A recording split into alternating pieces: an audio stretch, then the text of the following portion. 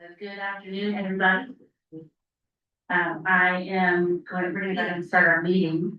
And so it's called to order, and I can ask if you please silence your devices. And I'll begin with roll call. Brandon Beatty, here. Ed Connors, Here. Carolyn Davis, Here. Jonathan Hott. Here. I'm saying your last name right. All right, good. Virginia Early Hall. Here. Bill Horn. Here. Reed McDonald. Here. Joel Page. I don't think you're going to that. And Bonnie Ryan. Present. All right. Next we have our homeowners forum. If you wish to address the board, please do so. Approach the podium and state your name and address. And you'll have 3 minutes each. Oh, yeah.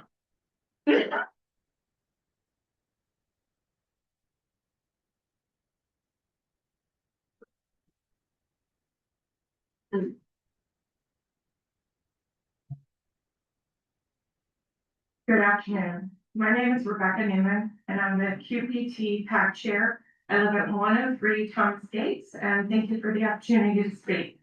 I'm here on behalf of the Quarter Path Trace PAC regarding the appeal to overturn the EPB's decision to deny a full glass modern storm door at 228 John Radcliffe.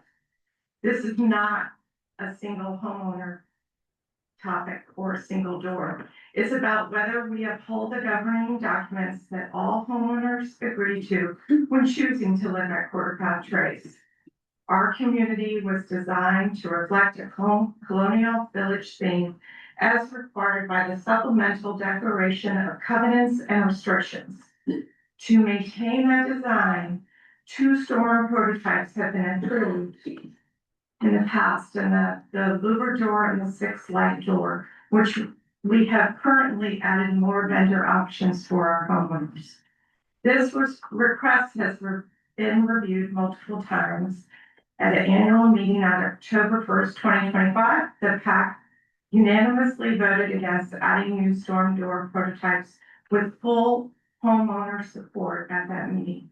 On October 14th, the PAC met with the KCSA board president, numerous KCSA staff, the EPB representative to discuss updating existing prototypes and the possibility of establishing new ones.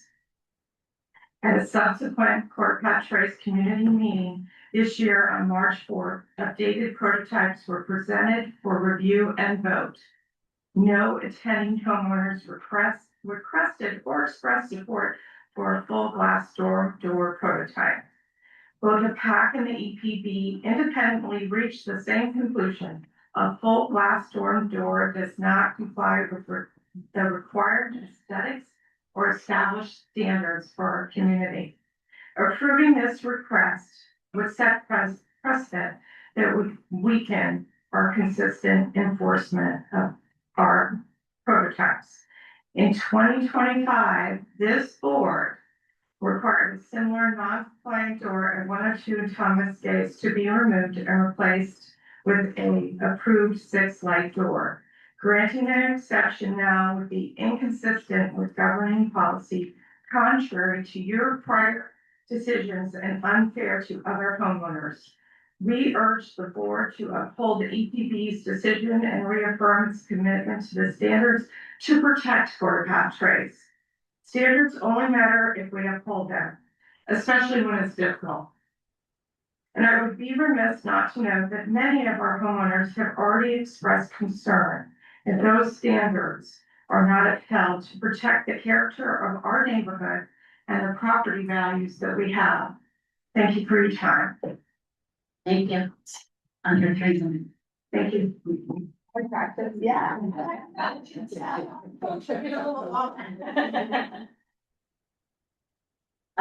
we have any other speakers?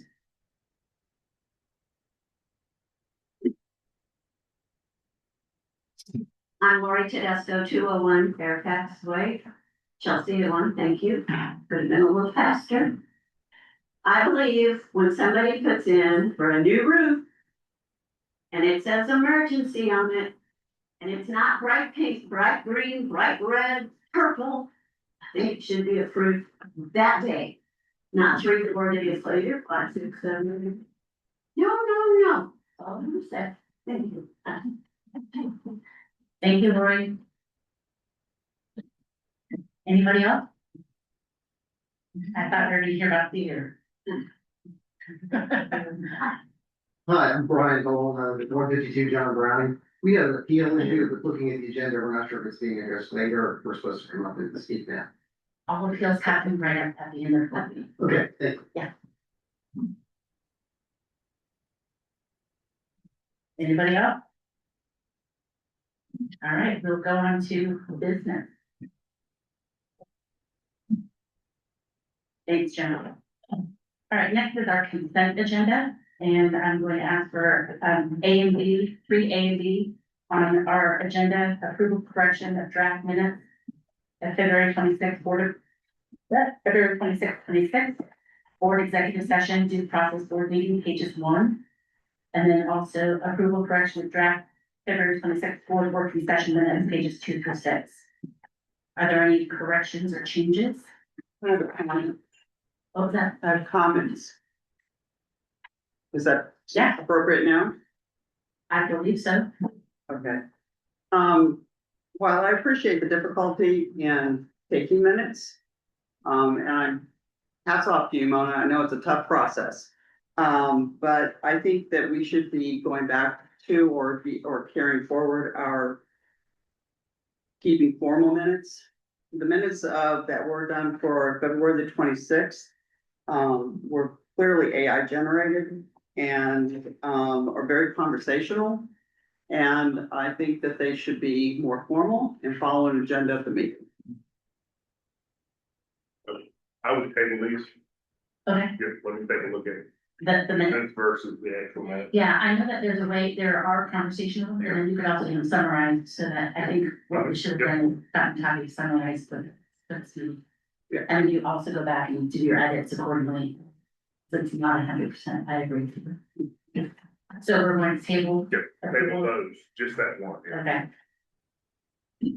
All right, so then, next we have acceptance of financial statements, February 26th, Carol. This is my cue. You, well, we took motion to approve. First, we didn't vote to accept that, right? I thought you said the table. It's the one, not the first. Oh, okay, so, all right, so let's go 3A, approval correction for 3A. Can I get a, Move to approve. all right, can I get a second? So. All those in favor? Uh, Any opposed? All right. I carry. Now, financial statement. Is there no president's report? President's report, we go to it. Oh, I'm changing it. you're changing it, okay. Audible. All right. Okay, we have financial statements up there for, as of February the 28th, 2026. You can see there's not too many variances, from budget to actual. The homeowner assessments certainly show the $6 increase in monthly assessments that we are collecting now as part, for both January and, February. And, the next variance or a variance, I should say, is home resale fees, which I hope that we'll hear an update from Jonathan on home resales. But we are behind our budget, but we are ahead of last year. So we collected about $54,000 to date. Our budget was 80. And so we have a variance of about $26,000 in revenue. The rest of them are pretty minor variances. So in total, we've collected in revenue $1,098,000. Our budget is $1,130,000. So we're about $32,000 below expectations right now. For our expenses, there's no real variances to speak to there. The increases all reflect 3% wage increases and market alignments, mostly the market alignments for the police department. And I think we had one or two for KCSA, but everything else is a general wage increase. So our total expenses were $1,010,000 actual as compared to last year of $973,000. So again, that increase is primarily due to wages. And our budget was $1,021,000. So we're about running $11,000 under budget for expenses. In total, our operating surplus, when you take our revenue minus expenses, is about $88,000 to date. which is 21,000, actually under our expectations. Given this is a slow news month in finances, I also I thought I would add mostly for the audience and possibly for the board as well. The last column that is on that sheet. I've been asked many times as to where our monthly budget goes or where the monthly assessments go. So this kind of breaks it down. So at the top, you see that we have $208 that we are collecting from residents. And we have, when you look at all of our other revenue coming in, we have about $19 that is coming in per month on average. This is an average per month from home resale fees. We have $4 a month coming in for about advertising income, about $1,000 a month, or I shouldn't say $1 a month, coming in for lifestyle program income, and then our other income is $5. I'm saying dollars because you have to multiply that by 2,409 houses to get what the actual impact is. So we're bringing in on average about $237 per household. And then you break that down by what we have committed and what we have budgeted to spend. We are committed to set aside $57 of that towards our reserves. $55 of it is for the police department every month. $33 is for administration, that's KCSA, that's the staff, and running of that office. Repairs and maintenance is $48. Recreation center, that's all the 3 recreation centers, the operations, people that run it, pool expenses, etc., of about $18. Professional services about $13, and smaller ones below that. So comes to our total amount of expenses per month is $237 per 2,409 houses in the community. So I thought that was kind of important for people to know where the dollars are getting spent. For reserves, next slide. Our operating reserve, we have 4 reserves, as many of you here I talk about. The first 2, primarily the operating expense reserve is basically our savings account for emergencies. We have an opening balance of $835,000. We transferred, and this is before audit right now, there was a transfer of $337,000 that came from the operating fund. That was our surplus from last year. And we take into consideration some interest income that was earned. And then we had 2 major expenses this month. We had sinkhole repairs that was done at Spencer's Grant, and of course the dreaded snow removal. So we have a balance as of the end of February of $1,123,000. Major maintenance and repair reserves. This is the reserve that is required and mandated by state law. We have $5,635,000 in it. We've collected so far $205,000 from assessments and interest income of about $43,000. So our balance there is $5,883,000. For new capital projects, this is a discretionary reserve. We start the balance there with $2,322,000. We've collected about $71,000 from assessments. Interest income is about $19,000. And we spent the money on replacement radios for the police department. That was about $135,000. And that will in fact be a shared expense with the resort. So 18% of that will be billed back to the resort. Other expenses about $6,000. So we have $2,271,000 in our new capital project reserve, which can go for our new projects that we're planning in the next, not only for this year, but also in the out years as well. Interest income with some opening balance of $395,000. We had some interest that was transferred out of there to the other reserves. The closing balance of $354,000. So our total reserves at this point in time, the total amount is $9,631,000. Any questions from the board or from the homeowners? You mentioned the MMR was required account. What is the requirement for that account? There's a certain percentage of your overall assets. You look at your present value, you look at 30 years out, your future value of replacements of those reserves. You establish a threshold of a minimum balance in it, and then what percentage of that total you want to keep. So right now we keep about 25 to 35% of the future value of replacements of our reserves. And that is required by law. And then there was another account that was created to separate our non-HOA income. Is that an accurate statement? We have a new reserve, which I'll speak to in a little It's while. not a- No, we have a new, well, it's a new reserve that we're setting aside. We're actually, it's not, we're breaking it out. It's a new DMA reserve or a new maintenance reserve for KMPD. And we are collecting all of the those expenses and those replacement costs and assets that are associated with the cost share with the resort. So that it's very clear about where the money is going to, who's responsible, and then the 18% share costs. Okay. I'll break that out for the next meeting.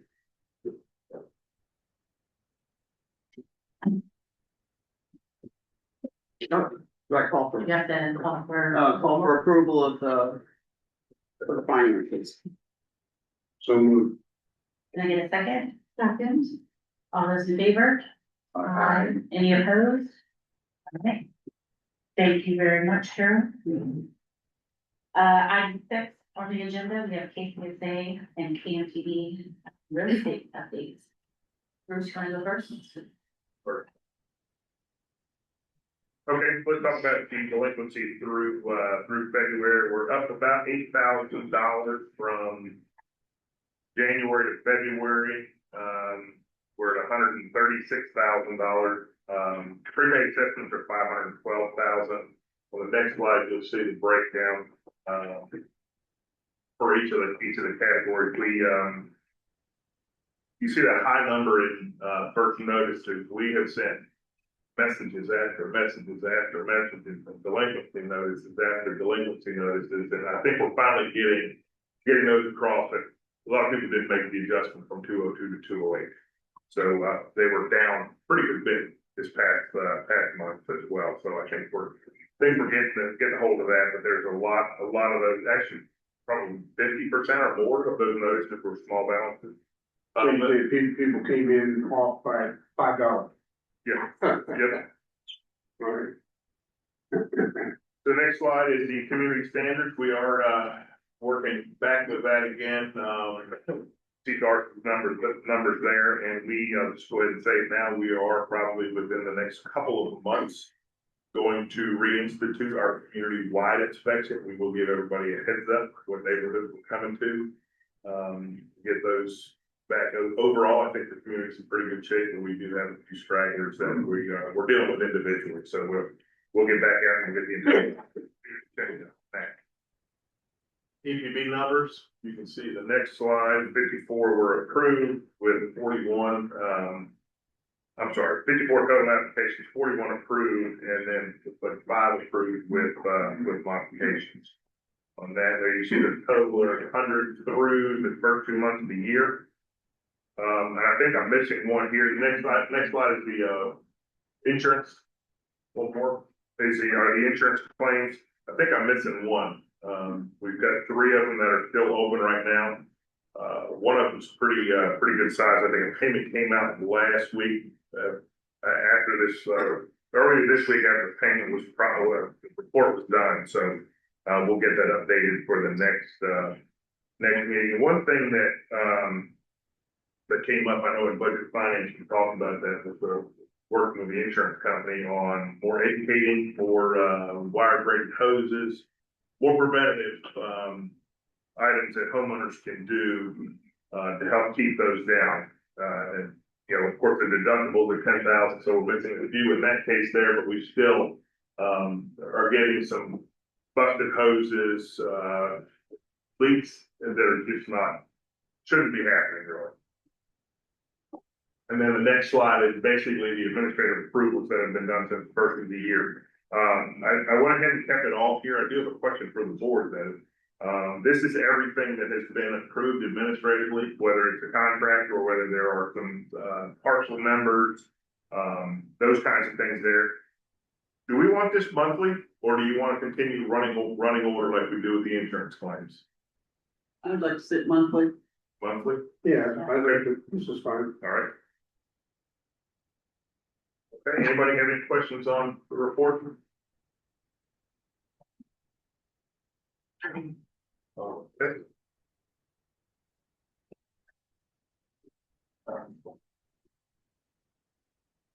Chica.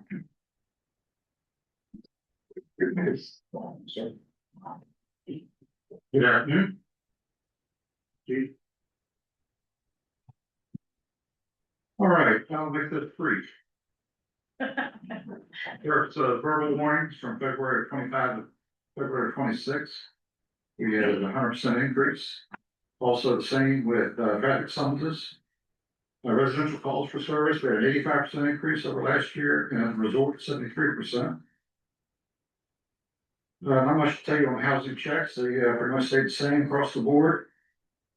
When we get personnel, we're down 2 police officers and 1 part-time public safety officer. The public safety officer is usually where we see the vacancies, but right now it's at the police officer level. We do have 1 public safety officer that's interested in the academy, so we are looking maybe to send him. I think it's in June or July is when it starts. All vehicles are running smoothly at the moment. Gates are running smoothly.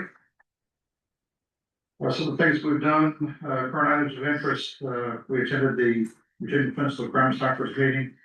And as a side note, one of our public safety committee members has joined the crime line as a board director. We responded to a missing person call. Fortunately, we found the individual nearby. She was returned home safely.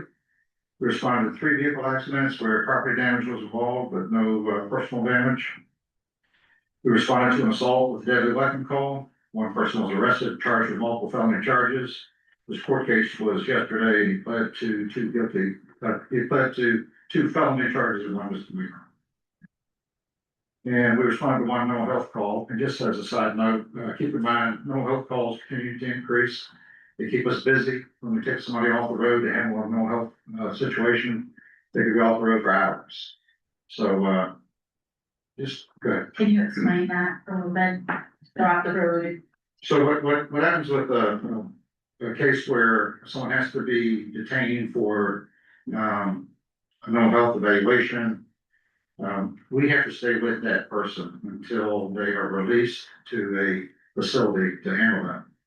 That means we go to the emergency room, we stay in the emergency room. Now, Riverside does have a crisis intervention team there, but they only have a couple people on, and they're tied up with other people, or they don't have 2 people on, and we have to stay with that person until a bed is available at one of the other facilities, and then they transport that individual to the facility. And sometimes that's not even in the local jurisdiction. We might have to drive 2 hours to get somebody to a bed at a mental health facility. That's important because we only have 2 or 3, mainly 2 officers on the road at a time. So when you take 1 officer off the road like that, it leaves us shorthanded. And as you all know, in the news, current news, mental health is a challenge, and will continue to be a challenge until something's done.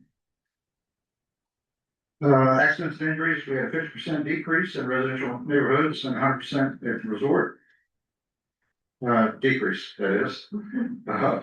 We had a 75% increase in residential alarms, and 4% at the resort, 25% increase in medical assist in the residential area, and 100% at the resort. I do want to tell you that the gate access system is off to a start. It's not the roaring start like we wanted. Out of 2,433 possible accounts, we had 987 people registered. So we are continuing to encourage folks to get registered, get your guests in the system. That's the main thing. When you have your guests in the system and they're either sent an e-pass or they show up with their information and they're in there, we can hit a button and get them right in. If we have to look them up and we have to call you, it just slows the process down. So we really need everybody to get on board with this. So if they have the QR code, they do not need to show their ID? Correct. Now, one thing about the QR codes, this is a learning process for everybody. Yeah. We're finding that some of the QR codes aren't working. Well, the reason it didn't work was somebody went in and changed it.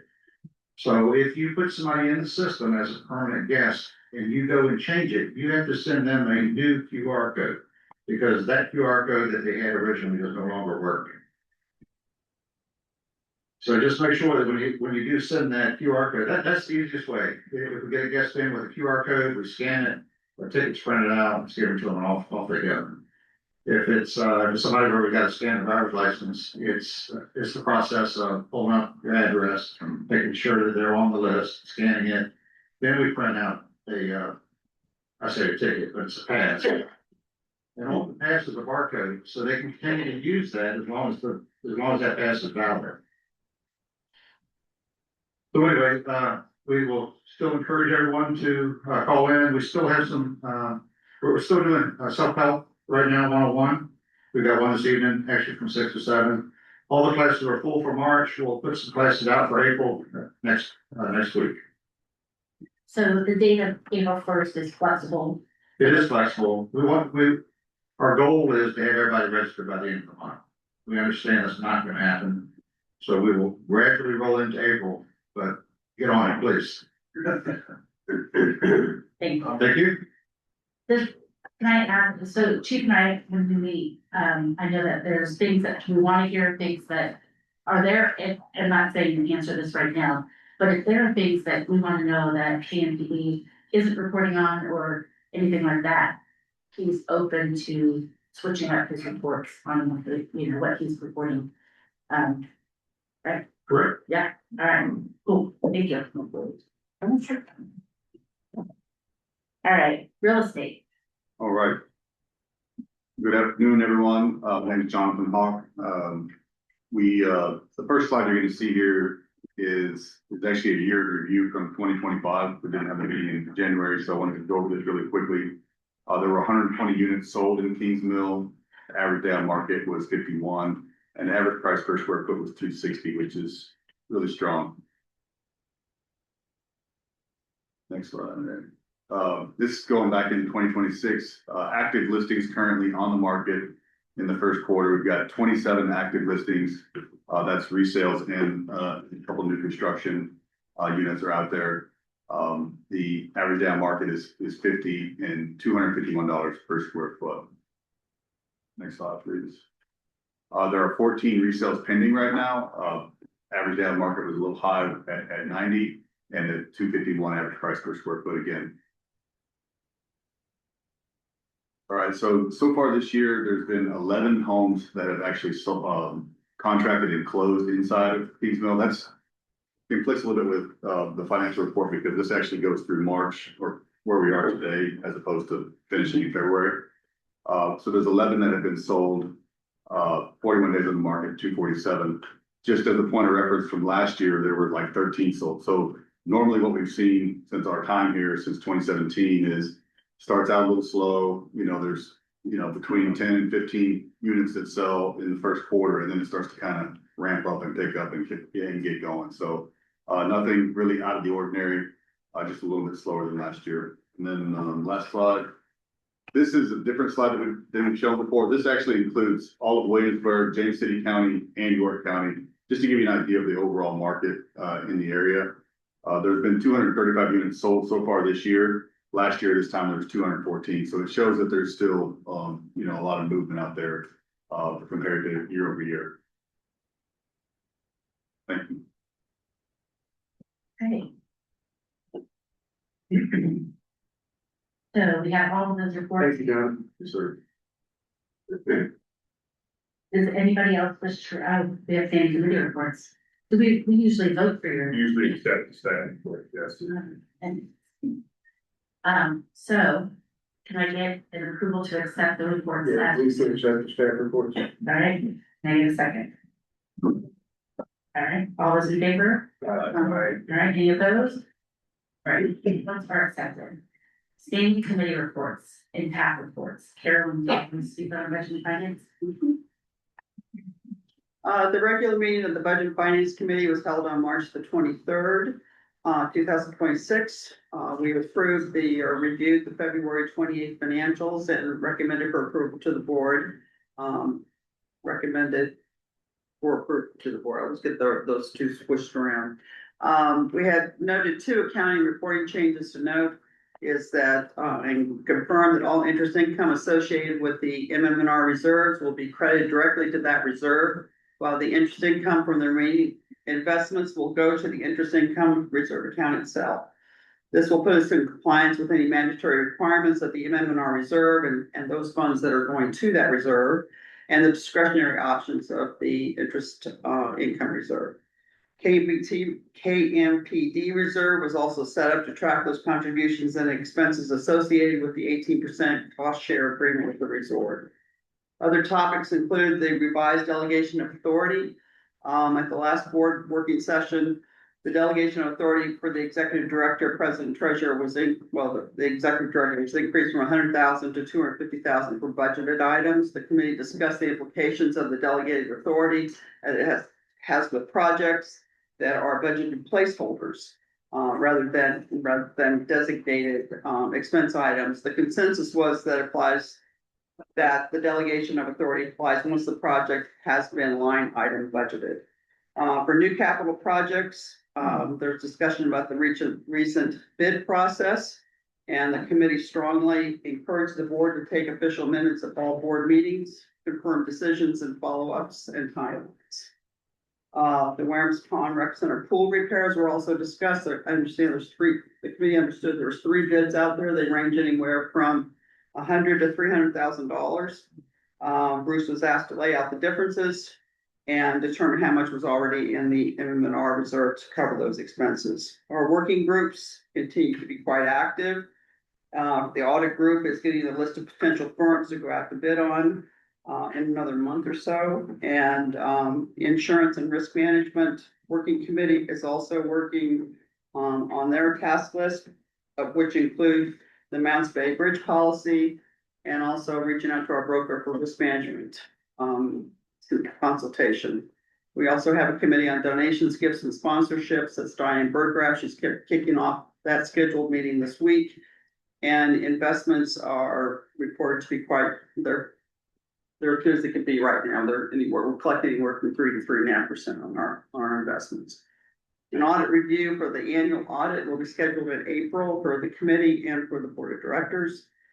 The last item is more of a visionary for the committee. The committee discussed having a special meeting to discuss the committee's workload as volunteers and succession planning for the committee chair and treasurer.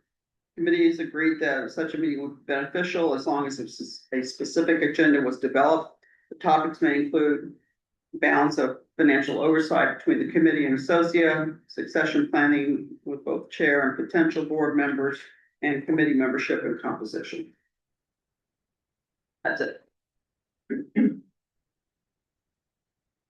Any questions? All right. Mary, would you like to speak? Sure.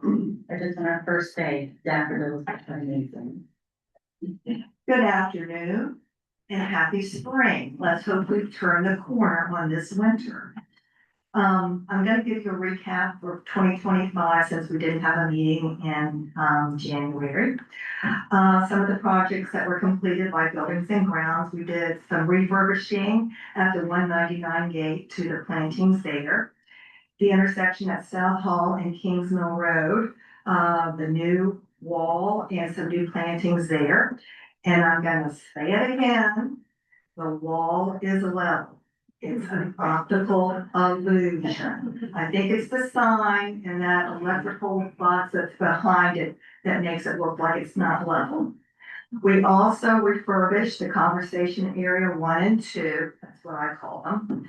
The intersection of Warehams Pond and Kings Mill Road, a new wall there and some new plantings. We planted 3,000 new daffodils this year and we expanded the plantings to Warehams Pond Road at the request of a resident and will continue. And I want to thank Bill Horn again for purchasing daffodils for the resort to plant outside the gate. And I want to thank Jenny Gable, who contacted me and asked me, where do you want to plant? What's your vision? And of course, outside the gate so that we have that beautiful entrance coming in. I hope we can add some more. We also rebuilt the stone stack walls at Mott's Bay Recreation Center and South Hall. And they're consistent with the other walls that we put in. We removed a number of trees that were impacting the, walking path, and we'll continue to do that. And I know we hate to see trees go down, but a lot of these trees were pine trees, and we've got plenty of pines. And they do, I mean, they have a lifespan. We don't want them falling over, and, we want to take down some of the dead trees too, so we will continue doing that. Something else, maybe that's it. Okay. 2025, we are looking at a kayak launch at Macaulay's, the Macaulay Mini Park. We have a bid on, putting that in, just have to get the launch ordered, and I know amenities at the mini parks, or at the mini park, was one of the things on the strategic plan. So we have already done that before that came out. We want to focus on the managed forest, keeping things neat and tidy. And I said in another meeting that we don't want to change the landscape. We want to keep that wooden look, but we want it neat and tidy. We also are investigating some irrigation. That's one of the things, again, strategic plan, we want some seasonal color. We can't have seasonal color unless we have irrigation. It's just impossible. And Ford's Colony and Two Rivers does have an irrigation system. We also, if I can read my writing, we'll continue to make repairs to the path and continue marking trees that need to come down that are impacting the path. Now, when I said something at one of the other meetings, maybe October or November, I said, you know, we have a wish list, a refurbished list of what we want to do. And I said, I'm gonna include some things that I would like the resort to do. Because we're all one big happy family. And what we do for Kingsville communities, the Kingsville community impacts the resort, and the resort impacts us. So I would like to just throw this out. I would love to see the bridges at 199 Gate and over the Woods Course repaired and painted. I'd like to see the area when you enter on 199 to the left. There are a lot of trees and vines, and the wisteria is starting to bloom. And I know everybody loves the wisteria, but it's invasive and it strangles the trees, so it needs to go.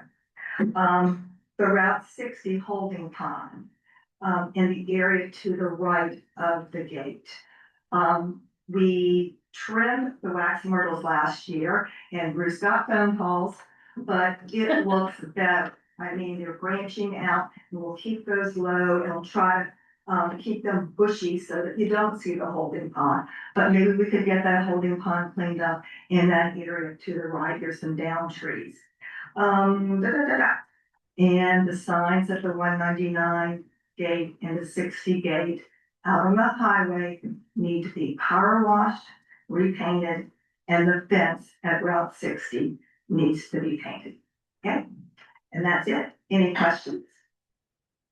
Comments? Damaris, the list of things that you're talking about for the resort, would it be, is that it's gonna be in your report so that Right. Bill has that as well? Okay, great, thanks. Yeah, we talk. Okay. Thank you. We're all good things. Okay, yeah. Thank you, Jennifer.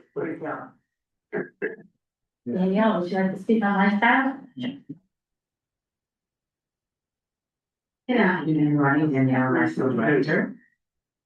So it's a recent event that just took place last month. We introduced the new series that Lifestyle's doing called Neighbors Night In, and our first event was bingo, and we had like a 100% turnout. It was great, everyone loved it, so we're continuing doing that quarterly. Upcoming events, we have the book drive, which is going on now. We see the boxes in both Warren's Pond and Mounds Bay. It's until March 31st, that's Tuesday, I believe. So just donate if you'd like to. We also have our Easter egg hunt, our Easter celebration with the egg hunt next Saturday, April 4th. There will be an egg hunt by age group, Easter bunny hop dance, little celebration, and of course, pictures with the Easter bunny. What location is that at? This will be at Warren's Pond. And April 18th, we have the yard sale, as our spring yard sale, so that will be at the KCSA parking lot. And that's from 8 to 11 a.m. And then also in April, as it is sold out though, but just a reminder, we have our cooking and tasting demo, and that's with the Untamed Chef, but we are sold out currently. I am taking a waiting list, so. And then other than that, for April, that's all I have, but just keep checking your emails, read them in their entirety, and there's a lot of fun things coming up. Thank you. Thank you. Daniel, is the calendar online, is it updated for future events? I saw somebody asking about future events so that they can plan their calendars. It's being updated as things have been changing, but I'll double check that. Does anybody else have a report for your PAC, your personal safety committee, Norman? Good afternoon, Chris Munson, Public Safety Committee. We're delighted to welcome Dave McGinnis. Thank you for his approval. He actually is returning. He served with me and others with CERT. He knows what he's doing. He is great to have on the team. Just a couple of notes. We've written 2 draft articles, one for Lifestyles, one for Inside Kingston Magazine regarding the activities of the Public Safety Committee. Most notably, the issue that won't go away is the use of personal electric vehicles on our paths. That is a standing agenda item for us. What to do, we still discuss it. We're eager to hear people's thoughts back on that. There are state regulations that actually cover this very well, if you can read them and understand them. We also recently reviewed the proposed engineer plan for Little Town's walking path along Kingsmill Road. It's about a 250-foot section. We commented on it favorably. We did not do an engineering review of it. We think it is a missing link that needs to be put in. At the same time, we have received a request to consider commenting on a crosswalk between the entrance to Little Town and the Winster Fax entrance. And we punted on that. We feel that needs to go back to the engineer because, excuse me, it's a traffic and safety issue. Any questions? Thank you. Thanks, Chris. Anybody else? Little Town Quarter, no? Oh, no, that had one. Just to mention that the parcel coordinating committee is up and running again. And I think we finished on a strong note last year with a new LCA tree removal policy. And this year we began on February 6th. We had 90% attendance of our parcel chairs.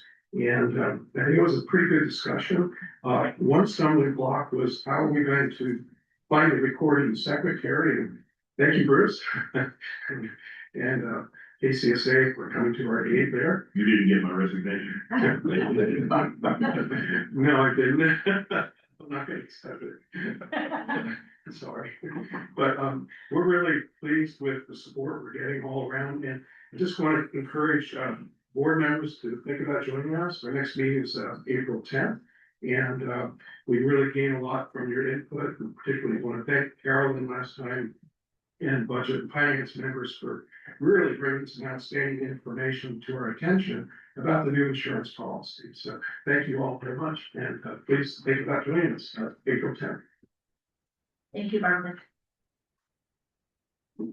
Anybody else?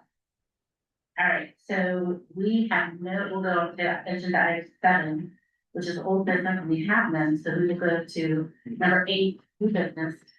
And this is KCSA standing committee. So 8A, approval of civil engineer for the Lone Pond project. Bruce? So this has been going back and forth, as you all know, over the last, I guess, month or so. And getting the civil engineer approved, we've headed down to 2 civil engineers, AES and Timmons, on that project. And, one thing Carolyn pointed out in her report there was the way our budget is laid out is there's a budget placeholder for that project. Right now, there is nothing divided out other than a lump sum. And the originally, it should have come back to the board from the very beginning rather than making a decision, but that's not what happened. You guys all know what happened. So, it's on the agenda for discussion today and approval. Which way we move forward. You guys have seen the breakdown of the pricing, the quotes, and it's, we'll take a vote here shortly. I'll open it back to you for Okay. questions. Board of Directors process, 8B, Chairman? Let's discuss eight A. Oh, okay, I'm sorry. I'm doing a Joel on that, trying to get through this. Yeah, and eight A will probably go into eight B, but, I do have some comments I would like to read. Yeah. Discussion of this issue of the civil engineer and how it was picked. I mean, there's two things to talk about here. One is the selection of the vendor and which one and how we're gonna move forward with the site development of, the Warren Pond Rec Center. And the second one is the direction that was given to two board officers and the executive director to make that selection. At the February 5th special meeting of the board of directors, and which included the project manager, the board reviewed the bids for the Route 60 Gatehouse project and the Wareham Pond Rec Center site development. There was consensus to award the Route 60 project to AES. However, there were questions regarding the bids for the Wareham Pond Rec Center, especially with regards to Timmons bid. The board agreed to let the executive director follow up on those questions and get together with the president and treasurer to make the final selection. This agreement was in the minutes of the meeting, subsequently emailed to the board, and approved at the last board working session. Based on the answers we received from our questions, the team agreed that Timmons was the best company to do the job and lead us through all the phases of that project. And this is gonna be a major project for Kings Mill, which is gonna be like I said, multi-phased in terms of site development, the athletic field, the pool, and the building itself. This decision was based on, we selected Timmons after much discussion. It was based on the previous work of Timmons that they've already done with a master plan for Warren's Pond Rec Center. Their breadth of experience, they have over 40 park and recreation centers listed, and you can go look at them on the website. The depth of their resources, its strong national recognized landscaping design division. Their bid, and the fact that their bid was reduced to within $20,000 of the competing bid. When bidding services, it's been my experience that, and I think most corporations and companies are the lowest bid isn't always required. You're looking at services here. So the contract was circulated for approval and sent to Timmons. When Escalante heard about the decision, it was indicated that there would be no support for that decision and their 5 votes would be used to stop it. The contract was withdrawn from Timmons. I feel that this background and the reasons for the decisions are important to lay out before a final vote is taken.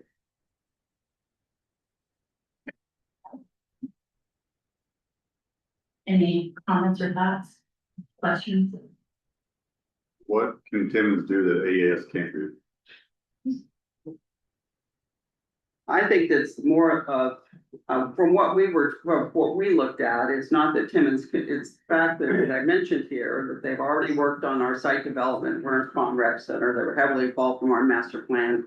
They have more extensive background in parks and recs, and I think they have more vision, and that's really what it is. This is not a disparaging AES in any way, shape, or form. I think they're a competent company.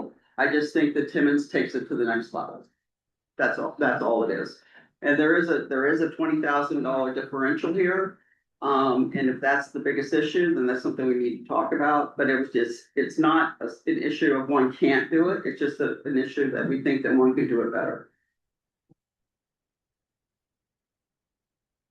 One thing I will say, we made a mistake, with that meeting and giving the authority to 3 people, one of them being myself. I know I've been told, but that's not your problem.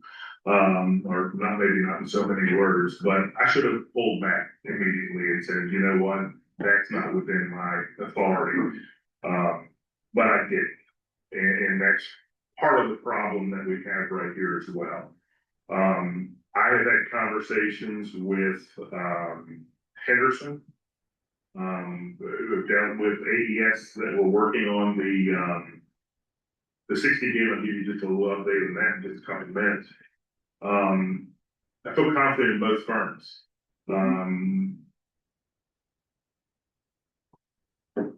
Henderson. Henderson's worked with both firms. Henderson has been successful with both firms. Henderson does more work with AES than they do with Timmons. They basically have said, we can work with either one, whatever you guys decide. We'll move forward, because we work with KCSA. From my conversation with Henderson, from my dealings with AES at this point here, from a staff standpoint, I recommend we move forward with AES. So you changed your opinion, Well, I told you from the very beginning, I could work with either party. right? But we all voted as a team to go with him. That's correct. And it's my understanding that even though Henderson diplomatically said that they can work with either company, their preference was in fact AES. Correct. Only because they have worked more with Sure. AES. Well, I'm just saying it was their preference. Just from my knowledge, I know that AES has been involved in Kingsmill for probably since the inception of Kingsmill. Maybe from day one, I'm not sure. Yeah. They've been in here. I know they've got a great working relationship with James City County. Not saying Timmins doesn't, but there might be some advantages to AES as well that, you know, that might counterbalance maybe what Timmins can bring to the table. Yeah. And the fact that they're $20,000 cheaper, I feel like there's just a little bit of responsibility on our end to, if they can do the job equally and Henderson's okay with it. One thing Timmons did do when we went back to them as well is, of course, they dropped the price. One other thing that they did was, and it was a concern that has been voiced by Henderson and myself, was the timeline. But Timmons wasn't real comfortable with our original timeline, thought it was tight. They have come back and said that they would stick to the lower end of that, do the best, stick to the lower end of that scheduling. That's still a concern for me, and the reason I'm telling you that the concern for me is because we had kicked this in so far down the road. I think we probably hit every single road in Kingsmill with it. Same thing with the gatehouse, we talk and talk and talk. And we're ready to get moving, and I think there's a lot of excitement to see these projects move forward. These are big things. And both organizations are planning to work with Guernsey Tingle for a final product. That is correct.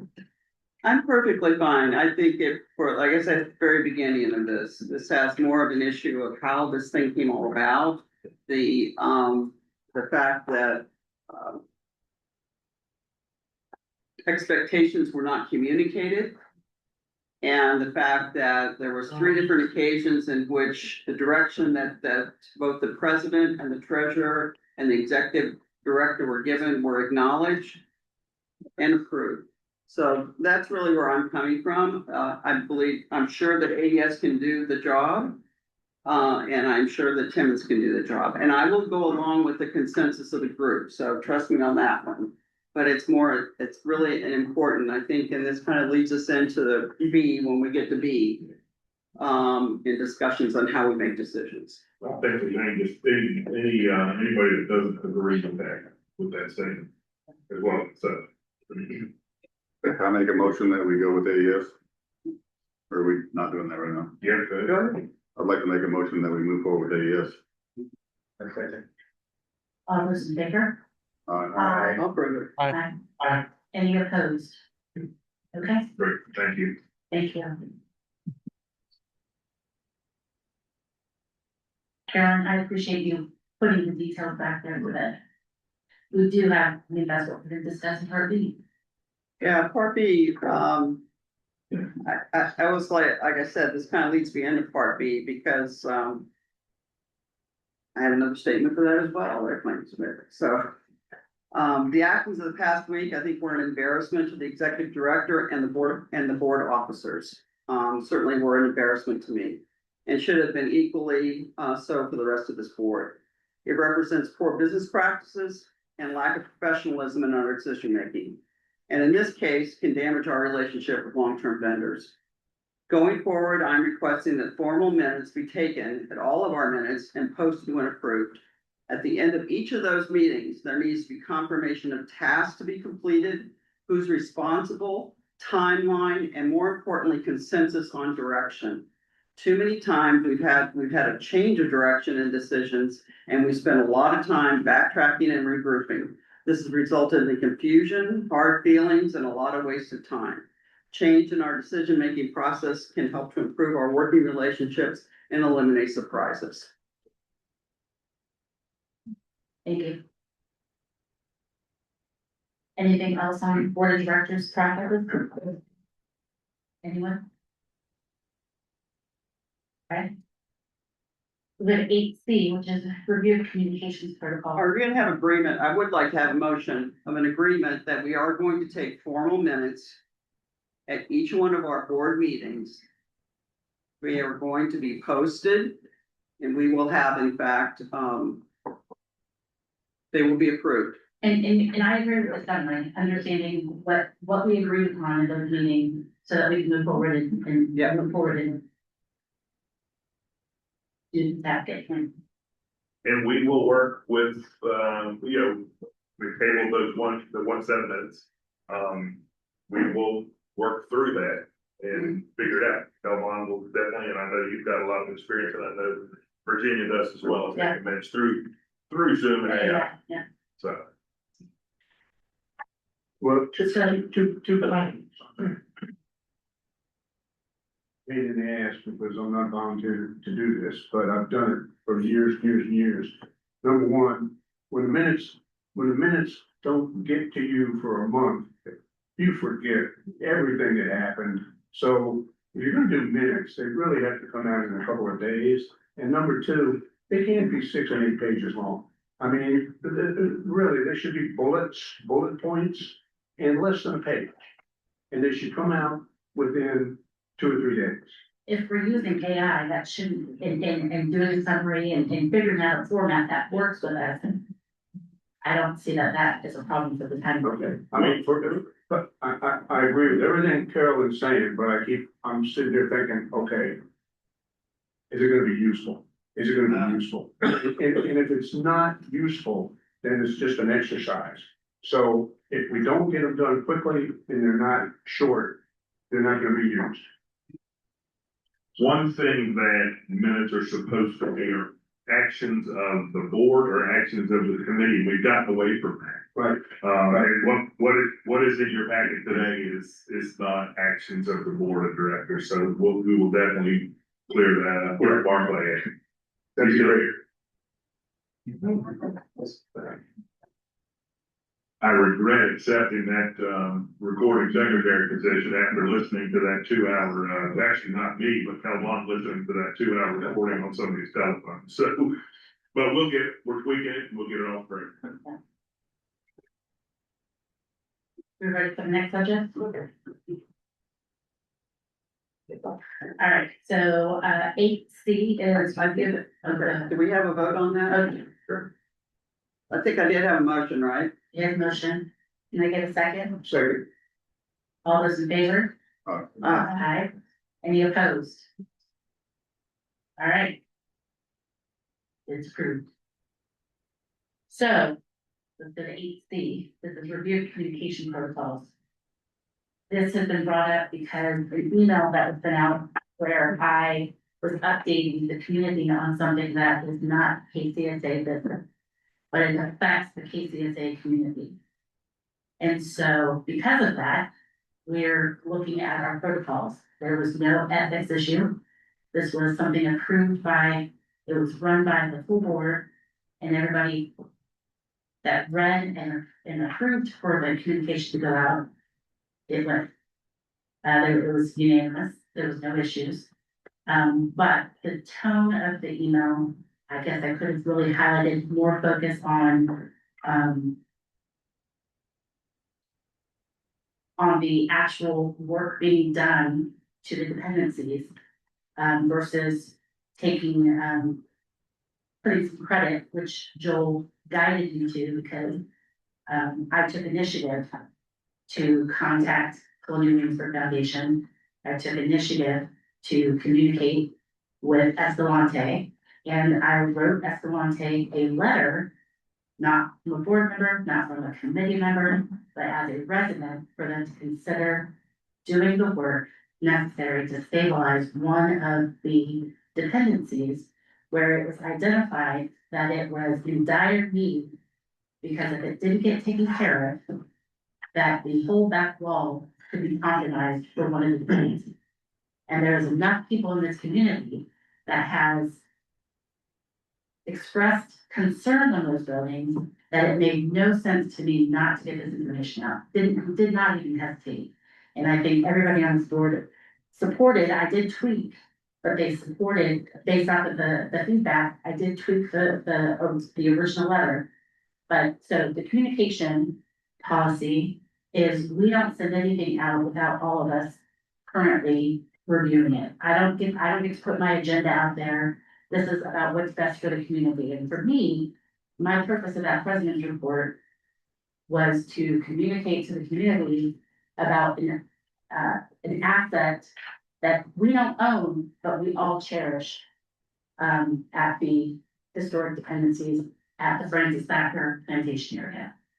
So, are there anything that we need to do beyond making sure we're all on board with communicating and improving if it's something that's outside of our regular Thursday email blasts, or if it's our social media, and then lifestyle has their weekly blast? Is there anything that we need to do differently from a board perspective to make sure that our communications are appropriate? And there's no wrong answer. I mean, there's no, I'm just trying to get the feedback to make sure that, because we heard from, I would say, a handful of people, which is making us have this discussion to make sure that we are handling appropriate business and communicating effectively, utilizing our resources appropriately. And that's our goal and my goal is to make sure that we're communicating. And there are so many times anything that's related to development, it's not board business. I want it so bad to be board business so that we can talk about it, but it's not. And I did get, and I think Bruce can confirm, I did get an approval that we can talk about development updates during our annual meeting, which is in September, unless there's things to update on. So, is that accurate? That is correct. So I'm trying my hardest, but most of it, but here's the thing, is that I live here, all of us live here, well, most of us live here, Jonathan. But I used to live here. I know you did, and your wife handled the play group back in the day. But the point is that we all can have conversations. If you call me, I can talk to you. I just can't talk to you in a formal capacity at this table about development or anything that I know, because it's not board business. But I'm a neighbor and I'm informed and I'm allowed to talk about things. As long as it's not against what we're all working towards. So, I'm gonna say this, and as I'm saying it, I wish I could define it perfectly, but I can't. But to me, and I think to a lot of people, there's a difference when something comes out from the president versus KCSA board of directors. And I think if it comes out from the board of directors, it's a little more formal, it's a little more official. I think if it comes out just from the president, it's a little more personal. And I mean, everybody here voted for this president. And I think that it's the job, you put in a tremendous amount of time, and you're entitled to present some personalized messages to the community. I don't see anything wrong with that. Well, and again, this wasn't, a pat on the back or anything, that this is showing the community that there's some work being done and in a positive manner for something that people cherish and are upset about, in some capacities. And with Jameson County having new things happening, with proposed development, it struck up another concern. What's gonna happen to dependencies? And so if I have information, I should be able to share it. But with the appropriate, anyways, basically call me anytime.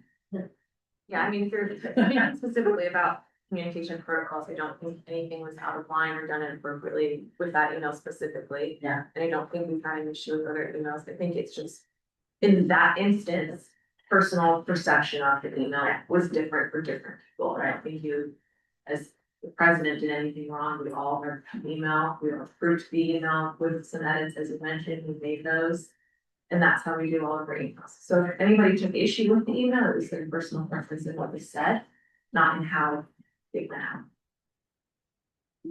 Thank you for your comments. I think you've got are you planning an upcoming, Yeah. basically town hall? Yeah. And if you invite, members from the resort, invite somebody that represents Escalante on development, I mean, those are venues that communication on what's happening in the community, will be done at that time. And so, that's something that has to be done a little later, but yes, I have, there's a meeting happening in April. And we come up with a great name for it. If it makes you feel any better, we sent one out yesterday in regards to the Utopia site. Yeah. And it was because it came out of constant contact, there is a warning line across the top of that, because it's not coming from internal to, I guess, to your server, I don't really know. And it blocked off the word Utopia site. That's what that message that went out yesterday, and boy, did we get chastised, and we learned a lot about slavery. A lot of homeowners in the last couple, less than 24 hours, I guess. So, it happens. Yeah. Calvin has jumped on it and, fixed it, social media wise, and then the one that went out today corrected it as well. So, so we're back on track. Yeah, I think, it's definitely a sensitive area and trying to get it right, the first time is always our goal. Anyhow, so again, we can continue the conversation as things come up and how we can better, our communication. I also recommend that you follow the KCSA Facebook page, all the social media pages. Calvin has done a fantastic job setting everything up. So we're on Instagram, we're on YouTube, we're on TikTok. So Instagram, TikTok, any social media you can think of. I mean, Facebook we already had, but Twitter, Instagram, TikTok, and then YouTube was already, I just pretty much trying to improve the YouTube. It was already a base for it, and also LinkedIn as well. So, I mean, that would be more of the professional side of things. But yeah, so it's going to help with our brand management and also just in general Kings Mill to get every message across the board. So. I think if there's ever a question, it's easy to just send a question to KCSA and get the right answer, instead of an interpretive thought of what the answer could be based off of somebody else's personal opinion. He wanted to take pictures of right at the start of the meeting, he wanted to take pictures because of the good crowd for social media. And I know, right? I didn't want everybody to panic. Why is he taking pictures of us? So that will be something that we'll push forward, and he's doing a great job working with your marketing team at the resort. And your marketing looks really good. Meg's done a fantastic job. Marketing Meg. The next thing, if anybody has anything else on 8C, I don't know if you have 8D, which is current practice of official club policies. And my name's on there, however, the biggest part of this is, I know that I've been involved in different clubs, the play group and things like that, and we have to submit and verify that we're still a group every December. And Lifestyle took care of that, but I don't know if it's an actual policy. And so, making sure that, what is the process, obviously getting approved for a club that restricts Lifestyle. There is a policy, it is in Lifestyle's hands, it'll be on their April agenda to review. That's the process that goes through, and then it will be hopefully on the board's agenda for April to basically, it's a pretty big revamp. Yeah. We clarified, the issue that we had with removing of a club, or I'm sorry, making it inactive. So we're clarifying that as well. We're clarifying the use of the facilities policy. So it's good stuff and good updates to it. So we'll get that out, next month. Okay. All right. Any other questions on that? All right. 8E, expense approval policy, pages 23 to 24. Well, you Carolyn talked about it. And I think we've been pretty good. We're in pretty good shape with it now, I think. Basically, the big change was the increase up to $250,000 for the treasurer, board president, and the executive director to be able to approve budgeted items for that. And anything above 250 will come back to you guys for approval. Pretty much it, much of it. And the operative word is budgeted. And this is line item budgeted. So when we have a project in there that is nothing more than a placeholder, such as Wareham's Pond at $2 million or a gatehouse at 300,000, those are numbers that were pure estimates at the time. But once that project is in fact defined and there are line item budgeted in there for like landscaping or site clearing or things like that that are more line item budgeted in there, then it reverts to these are now budgeted items and the authority then kicks in. And also that includes anything that was in the budget that was approved for the year that were line items that you see up there for like trash, some of those professional and ongoing contracts. Those are line item budgets, so they would also fall under this this particular policy. Do we need to leave anything on this, or let's just clarify? I'm gun shy right now, so a motion to approve the revised policy. Okay, can I get a second? Second. Any discussion? All right, all those in favor? Any opposed? All right, I've carried. Until next one. No, I'm just kidding. 8F. Request for approval of a 3-year 2026 through 2028 paving consultant contract with Second Source Construction in an amount not to exceed $176,420 for Kingsville Road paving projects, pages 25 through 32. Is Susan here? Oh, Susan, do you want to? I'm talking to you. It says Susan. Are we coming up to down with the can? Oh, We're a team. We're a team. Approved budget. Okay. Oh. All right, so that's Susan, but Susan and Diane working together. What's going on? Okay, so as y'all know, we use Cypress Woods Consulting. I'm here, hello, we used Cypress Woods last year to do our paving consulting. And they did, in my eyes and the public works eyes, they did a great job. It went smoothly. It was like night and day. So because we were happy with them, we asked them to give us another bid for this year. So instead of just going 1 year, we asked for a 3-year bid. Because last year we went out and asked for proposals for 5 companies and only 2 submitted. One of them happens to be Timmons, and we did not go with them. So anyway, so we asked for a 3-year bid. If you break this down, each year it's a little over 65,000 for 2026, a little over 52,000 for 2027, and then almost 58,000 for 2028. What did we just pay in 2025? Was about, it went, well, we did 33, it was about 33, but we did find out that they had to eat some of it because they didn't quite get one of their proposals properly figured for our purpose. So they didn't come back to us to ask us for money. So we said, okay, well, this explains why it's a little higher than it was. But each year we have a different quantity of road. So it's really based on how many square yards and how many days they're gonna be on the property overseeing the project. So we're asking for a multi-year. We would be okay with a 1 year, but we really would like to go 3 years and lock in the price. Diane, anything? Yeah, and I think you bought something up, you know what? We think going back every year and getting bids is not very productive. We had a very good year with them, And we'd like to just have a 3-year contract so we can move smoothly ahead and not have to redo this every year. So that's.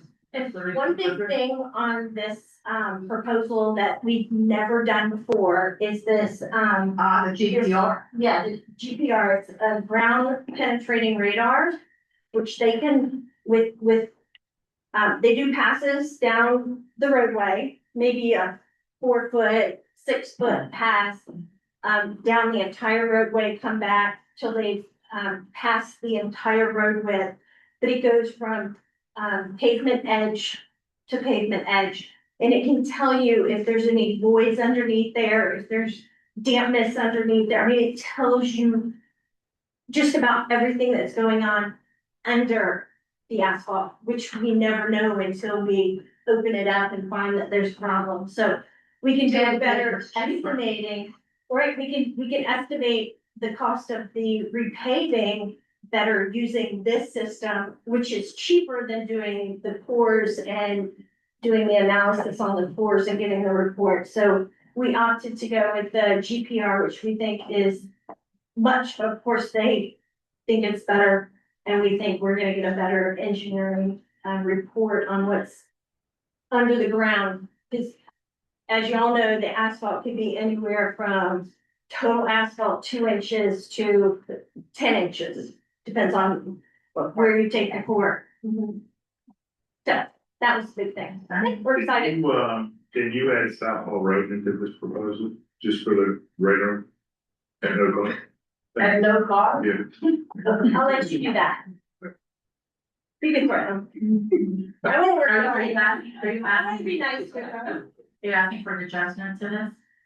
And these, I'm sorry, good. Okay. No, but I would like to use that process on South Hall Road after what happened Yeah. last year. We had 2 I think it days. makes sense. Yeah, okay. I think if this turns out well, I think we will opt to use this type of procedure going forward. I think it's gonna tell us everything that we need to know and how to repay when it comes up. All right, so can I get a motion to approve? You have a motion to approve? No? So moved. Second? Any discussion? Discussion, yeah. This is not line item budgeted because it's included in the project cost, is that correct? We have decided to put it into the M&R road construction. Right, but it's not a line item in an M&R, it's included in the project It's cost. right, that's Okay. exactly right. Yep. Sarah, do you want to start separating this out in the future, or you want, well, you got 3 years figured out. Yeah, we have 3 years to do that. All right, so we have first and second, can I, all those in favor? Any opposed? All right, ayes carried. Thank you. Thank Great. Okay, we're done. Thank you. All right, 8G, we have a proposal for a tech control pilot program for access control and visitor management at One Recreation Center Pool for $4,280, pages 33 to 40. Is this on the agenda because of the topic or The simply request. can't be the amount? That was, the request was made at the last. Last month, we had Yeah, said that we would approve. Oh, for- that. yeah, the price, yeah. So basically. Yeah, we're done. So basically what happened was we have the ability to, a lot of people go to the pools and they always have their phone. But sometimes they don't have that card to get into the pool. But if they have their phone, then they can get that QR code to enter the pool and they really have real data.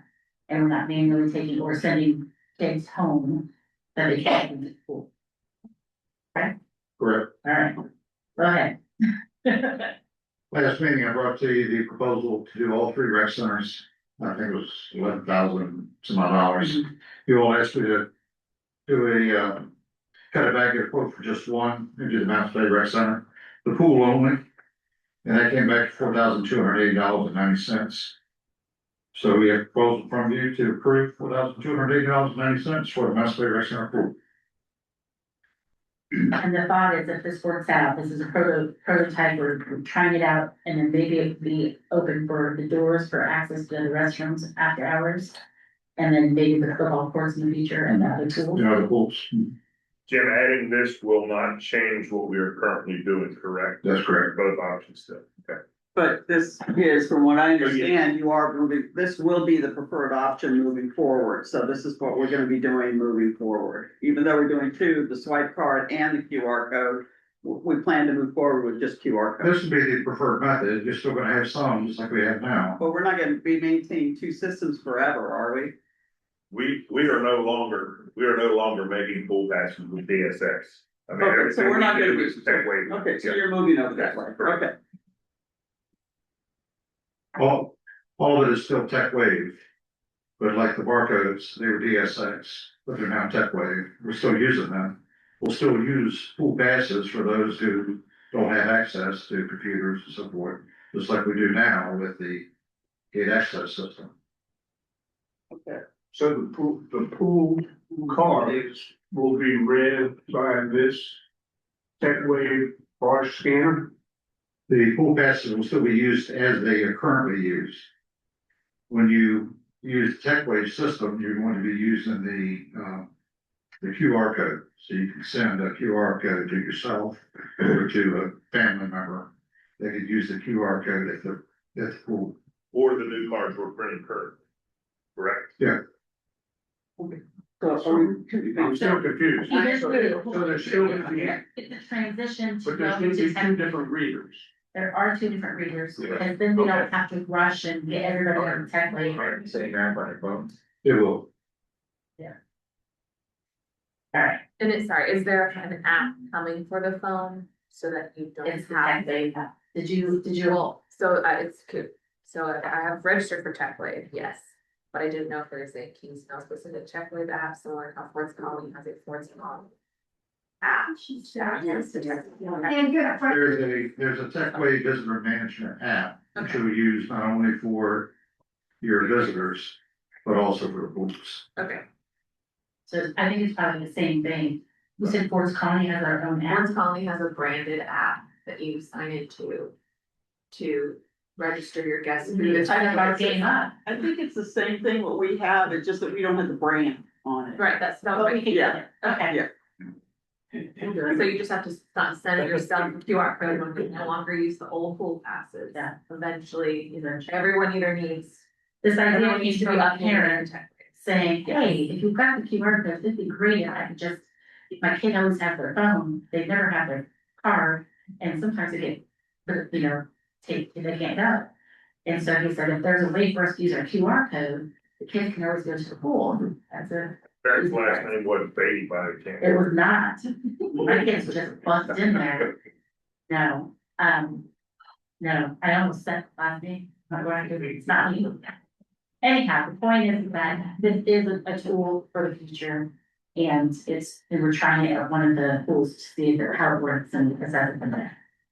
And it could be, we've always talked about eventually having passes to get into the restrooms, use the restrooms after hours. And we're gonna get, at the end of summer, we'll get a report from our operations manager comparing the two systems, correct? Jim? He says no. Probably get it from Chief West. Okay. Alright. No, I'm serious. No, I mean, I agree. it is a test, Absolutely. so somebody has to give us a report. Both systems will be able to have. I mean, you should be able to. I'll be able to give you numbers for TechWave. I won't be able to give you numbers for DSX. Exactly, yep. Okay. Alright, so can I have a motion to approve? Motion to approve. A second? Sure. All those in favor? Any opposed? Alright. Automating pool access. Okay. Alright, parcels, parcel A. Staff request the on-site contract with 89 King for two projects. In the amount of $10,650.78 and not to exceed $10,500. And use of OER funds not to exceed $17,550.78. Ages 41 to 51. I don't know what happened with that language on the agenda, but the memo speaks. Basically, or whatever. What I did right as well? Yes. All right. Sorry. Okay. Is Steve also gonna be here or no? Yes. Oh. Let me go over this. So there are two projects that we're looking at. One is to paint the wooden pergolas over all of the garages. That is $10,650.78. And then the second part of that is to recaulk joints in the PVC trim that are expanding and have these gaping holes. So that project is not to exceed the 10,500. And then they use the OER funds not to exceed 17. All of this will be, oh, yes. Okay. Your hair looks good, by the way. Thank you. She's gotta hit that round, who's that? He didn't know this. Any question, or motion to approve? I just want to say this is a very thorough package. I appreciate it. You're welcome. So moved. So moved. Second, any additional discussion? All right, all those in favor? Aye. Any opposed? Okay, I carry, thank you, Oliver. All right. Parcel for Littleton Quarter, staff and the Littleton Quarter Path request a contract with Peninsula Paving for the cost not to exceed $33,690 for the installation of a community walking path. The request is for a 75 Littleton Quarter, 25% KCSA cost share with KCSA, pages 52 to 68. Russ? Good afternoon, board. This particular walking path has been a passion of mine for 5 years. Literally 5 years ago, Brandon and I were on board, and Roger, we met at the site that we wanted to do this walking path and went through the entire system and looked at it. At that point in time, we went to Budget and Finance, and Ron Lynn was chair of Budget and Finance, and with meetings and discussions and so forth, the decision was made that there would be no cost share based upon the usage of the walking trail. Past 5 years later, the board last year approved that we went out to AES Engineering and we got a site plan. Site plan was sent to James City County at the end of last year. And the first review of the site plan, it was turned down in January. Got together with AES and James City County, Deidre Wells, who is the chief civil engineer for James City County, and found out that there was a stormwater issue with runoff. The state of Virginia in 1993 passed an act that is called Virginia Departmental Environmental Quality Act. And what this act does, it protects the watershed for the Chesapeake Bay, rivers, ponds, and lakes within Virginia. So we went back to James City County, and my engineer got together with Deidre, and they were able to resolve all the issues. Surprisingly, yesterday, James City County approved our application. So the application has been 100% approved as of yesterday. There are stipulations with stormwater runoff, which, which I will talk about at the end. But I was very excited to find out that after 5 years that we could put this walking trail in. It is a walking trail, 6 foot wide. It's not meant as a multi-use trail. It's meant to connect phase 2 and phase 3. I have Kathy and Roger and I have sent out information to Budget and Finance, Buildings and Grounds, Public Safety, who was here earlier. Chris, I didn't think he was going to be here, but he showed up. I even went to Chief West, and Chief and I walked the area, and then we rode around Kingsville looking at other walking trails to see how ours would affect that.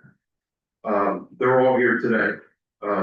Also, I talked to Joel Page directly, and Joel sent a letter. You might not know this, but Joel sent a letter directly to James City County approving the project to move forward. He was in full agreement with the project. He's not here today, but he did present this letter. We're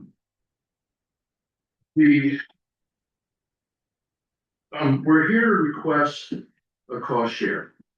Originally, when Ron Lynn was chair of Budget and Finance, there was not, we were denied a cost share. I've talked to Budget and Finance this year about a cost share, and basically it's the same situation. There's no common area that the path goes by. The path is located on Escalante property right away, which Joe again was already sent an approval letter, and Little Town Quarters Limited Common Area. So,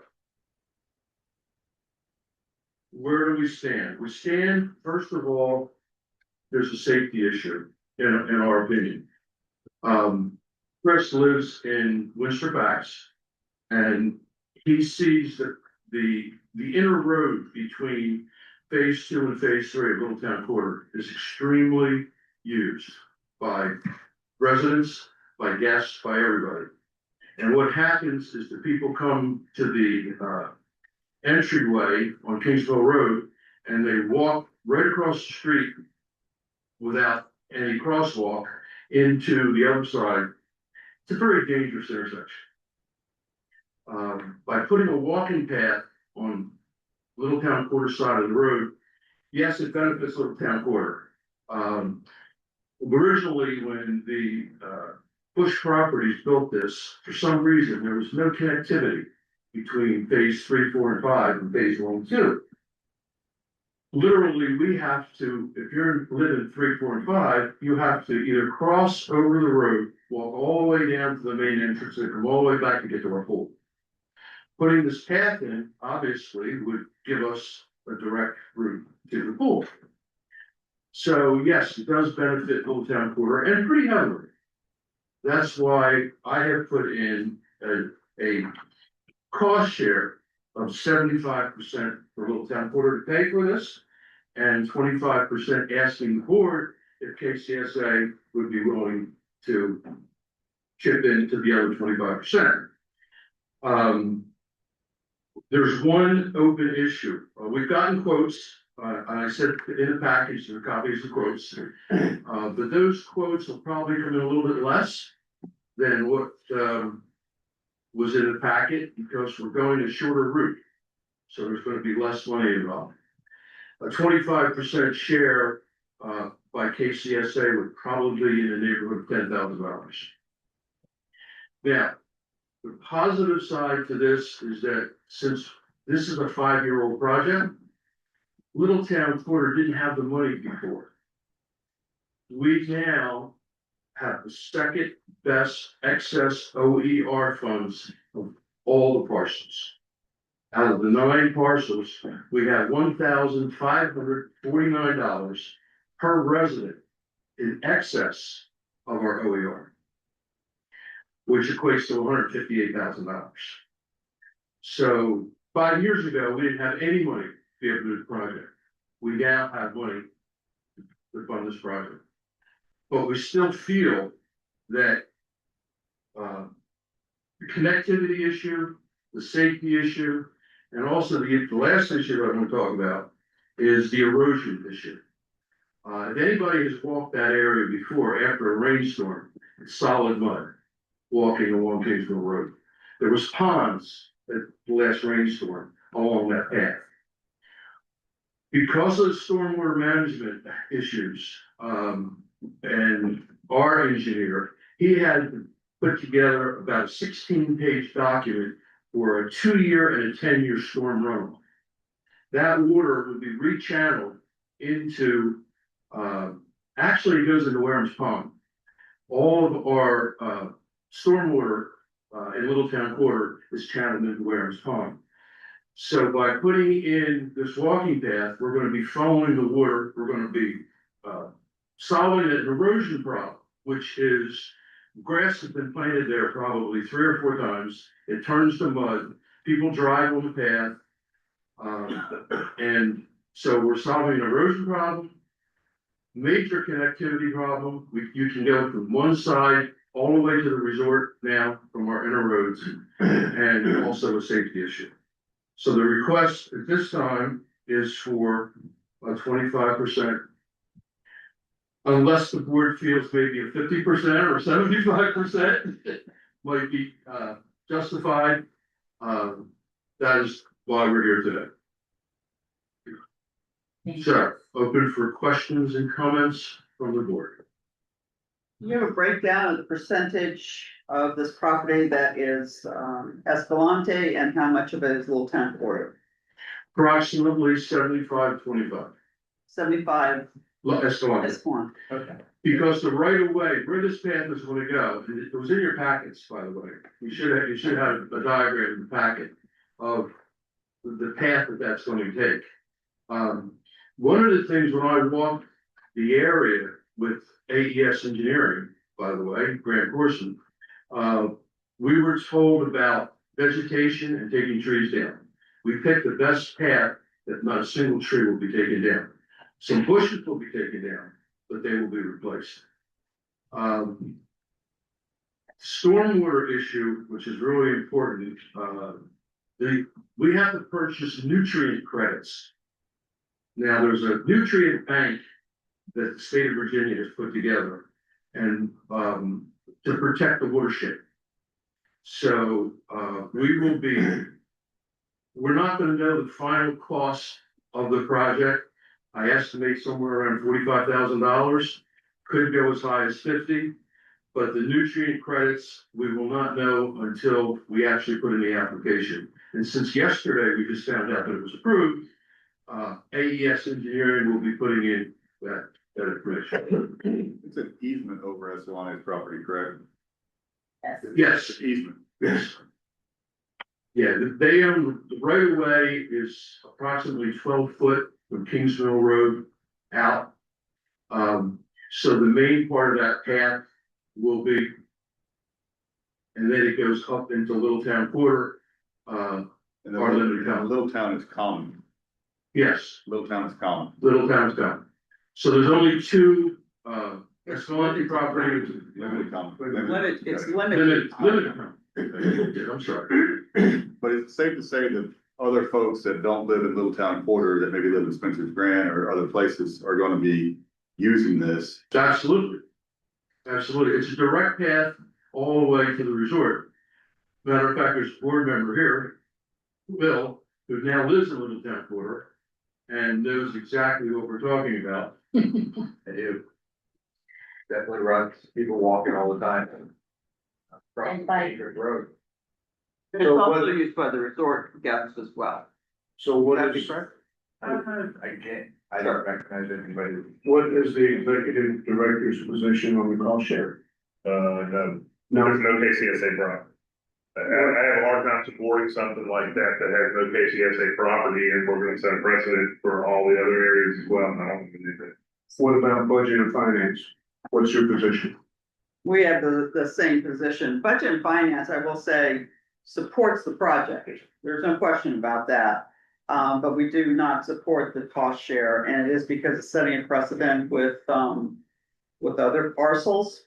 And I would, and in fact, when you tell me it's a 75-25 split, I think this is more a cost share approach that should be taken with the developer. With the resort of the developer. So my concern is, and you know, I know everybody's gonna boo and hiss and throw stuff at me, but I really wanna run this by our attorney. We do not have any examples that I know of where we have spent association dues money to provide an enhancement to Escalante property where we didn't have a detailed MOU. Okay, you look at the gatehouses, we sink money into their property, but we've got a detailed MOU.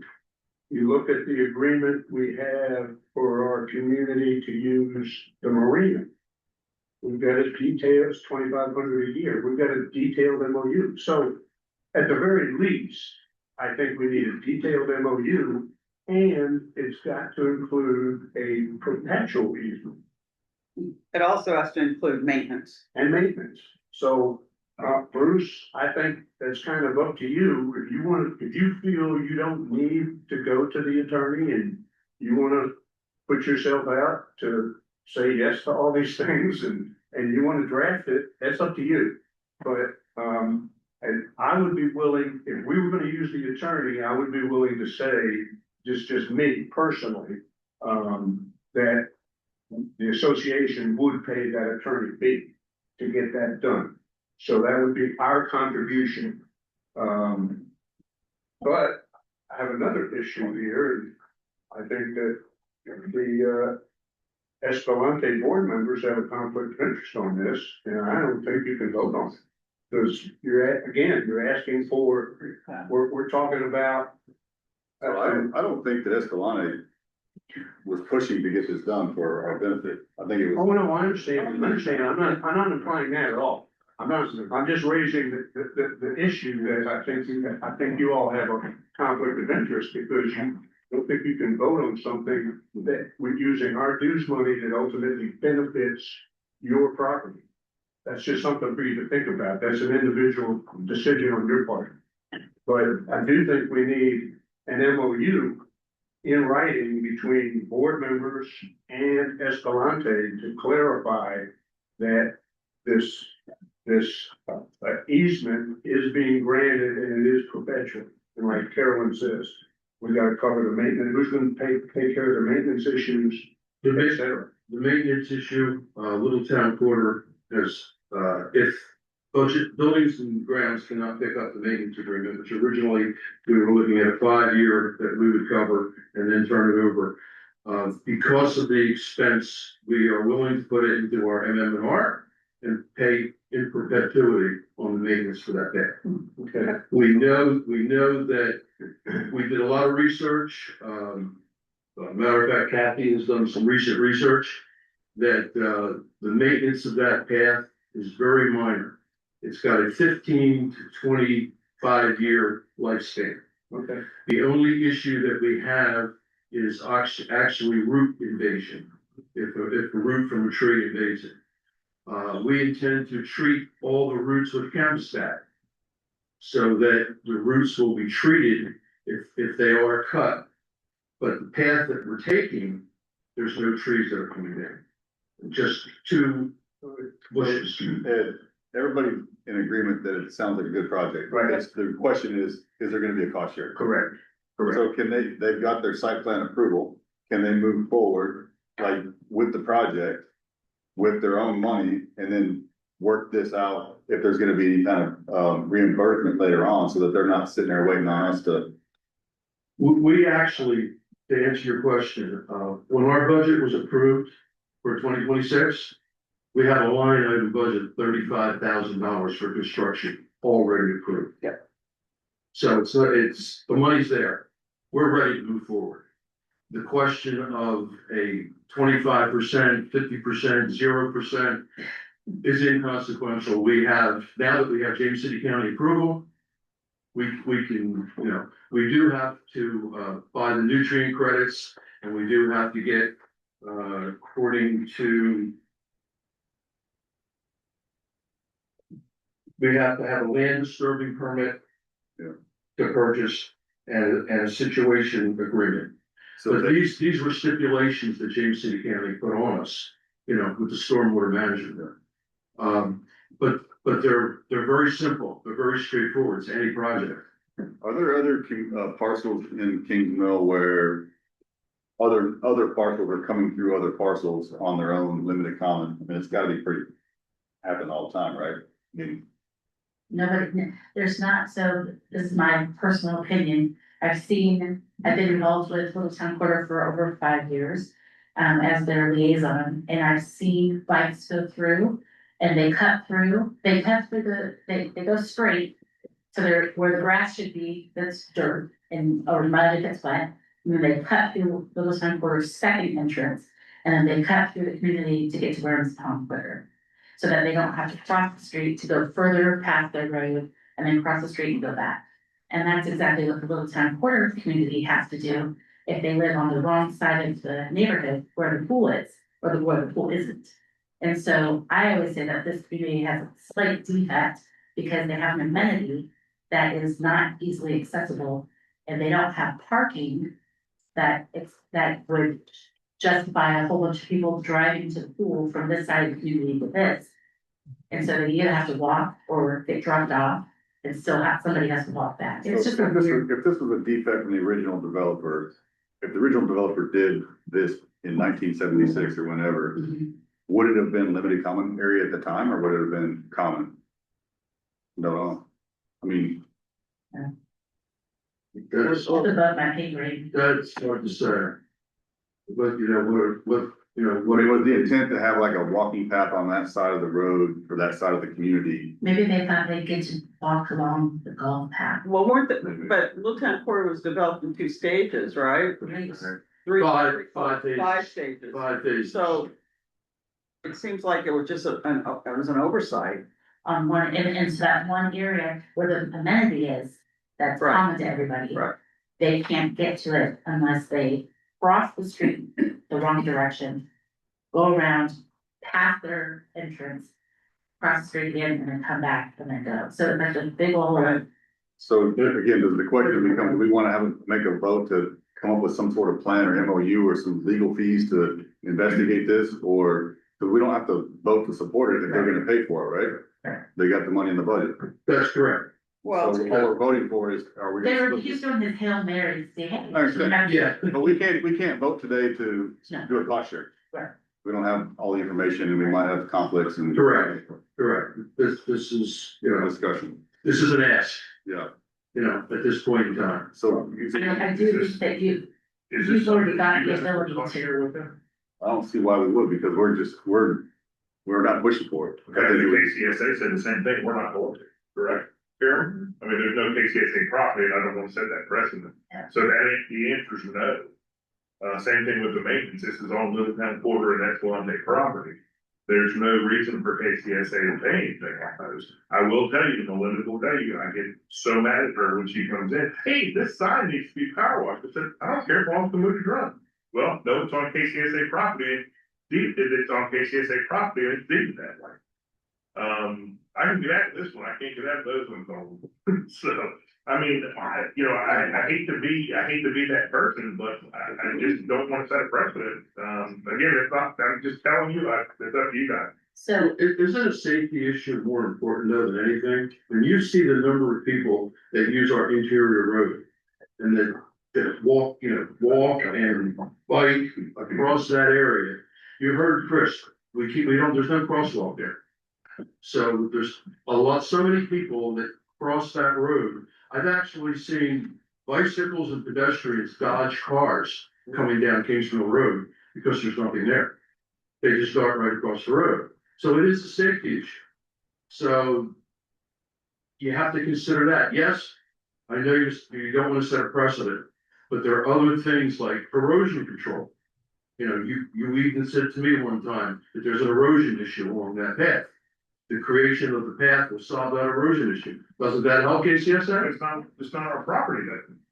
That's the whole thing. I don't want to set that precedent. I mean, I've said my piece and that's where I'm going to stay with it. You guys can table it, we can do further research. It doesn't bother me either. No, I agree with you, Bruce. My only question here is following up on what Ed said. Even you have the green light to go in terms, I think it's from a budget standpoint because you already have it in your budget. Right. Do you need a legal MOU before you start the work?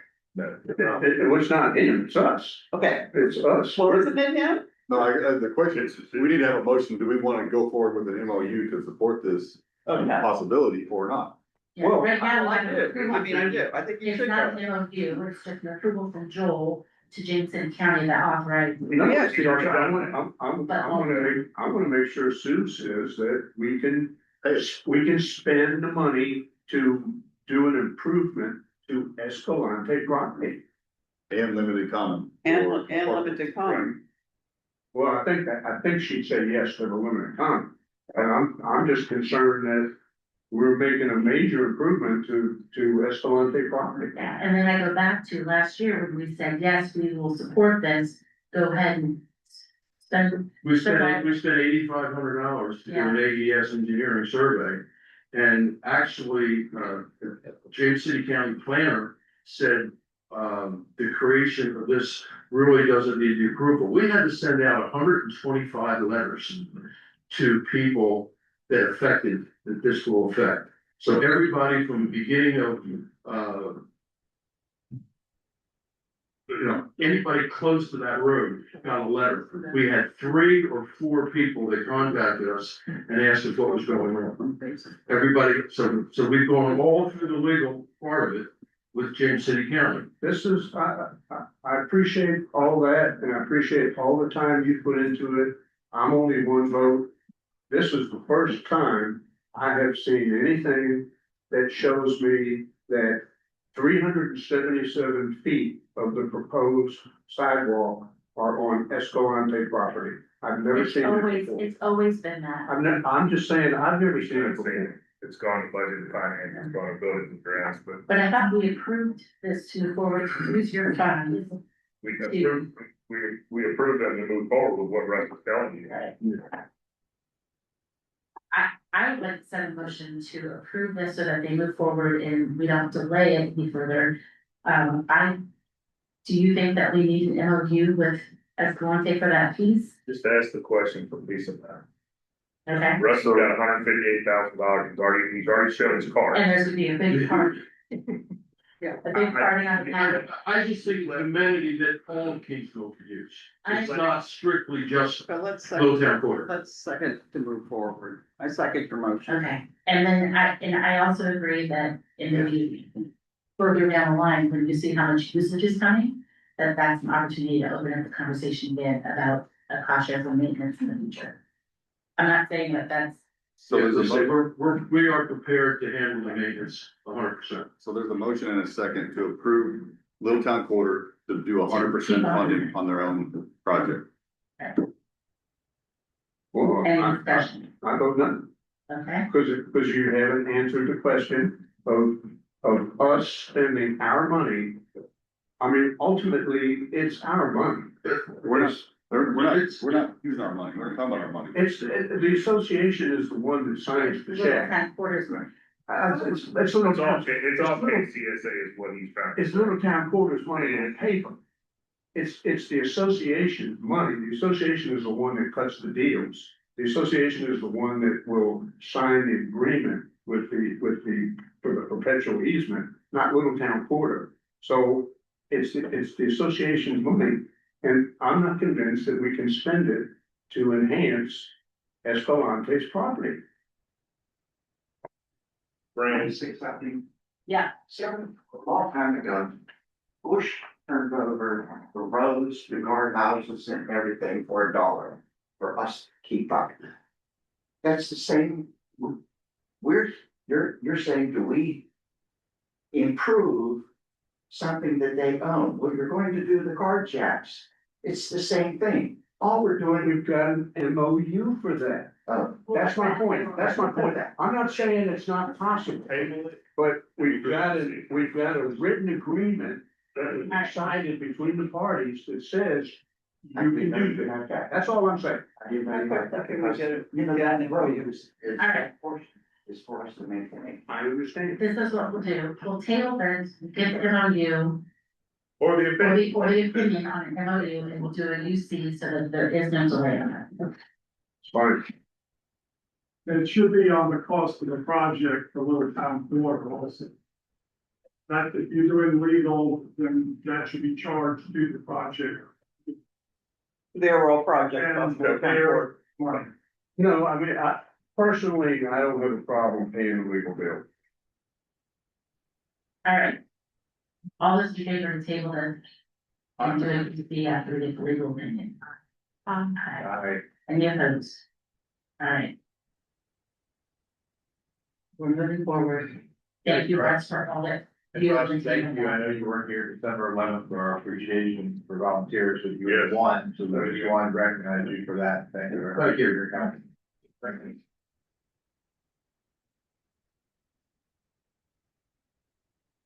Okay. That is, so next is EPD, because I had a presence report, but our meeting has gone long, and honestly, I just want y'all to, hopefully we have this weather stays and enjoy this, enjoy spring, and thank you guys for coming. And I'm excited about gatehouses moving forward, whereas Tom moving forward, and everything. So thank you. We put, do we have any? Yeah, EPD. If you would like to be the official end of the meeting, EPD is on, yes.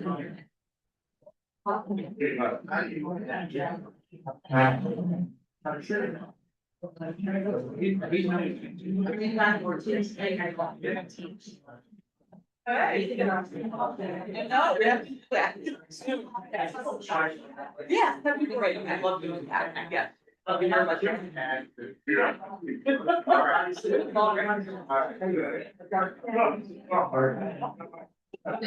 like me.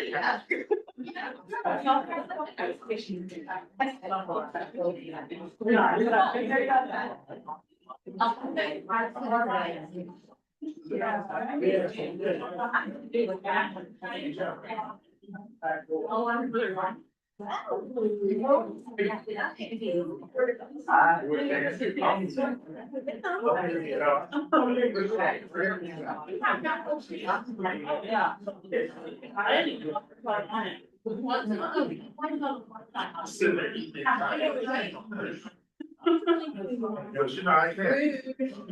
take a movie. Charlie. They all. Right, I'm here, I'm in it. I mean. No, I think it was, I'm so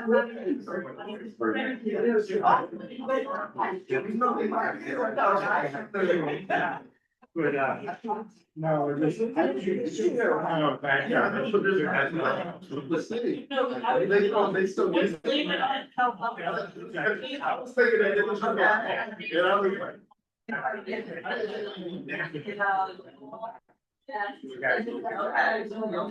I'm like, this is unmotivated for y'all. They're always behind our identity. That you told you all that. I was supposed to say, yeah,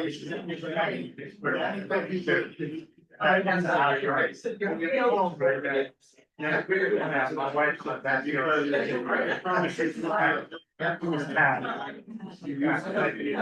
I just never found it. I got it. I got it.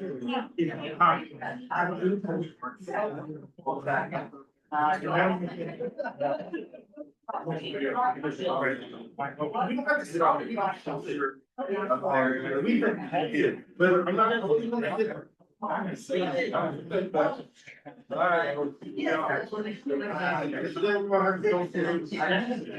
that lumber in the back, and then I know the house.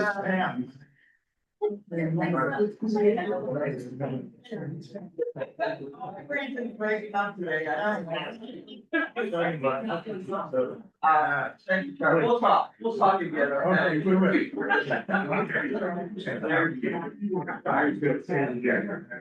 Yes, sir.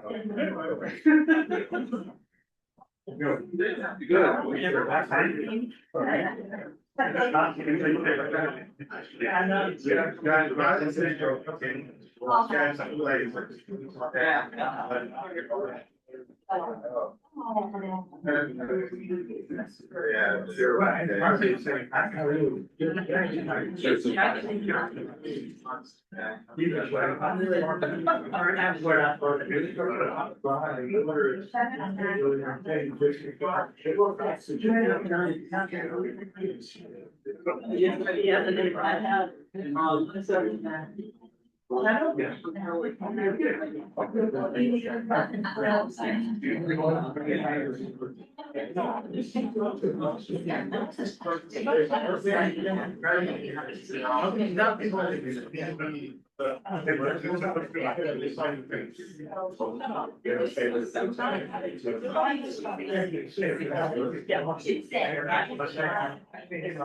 And that day. It's hard, it's hard.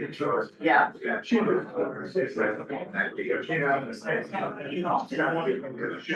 About that.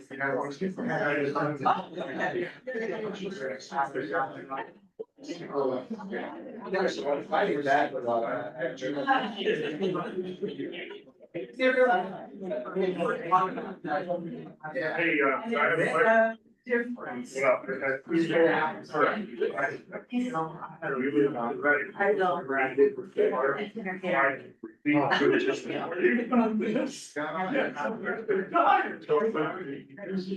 Whatever, I kept finding my peripheral.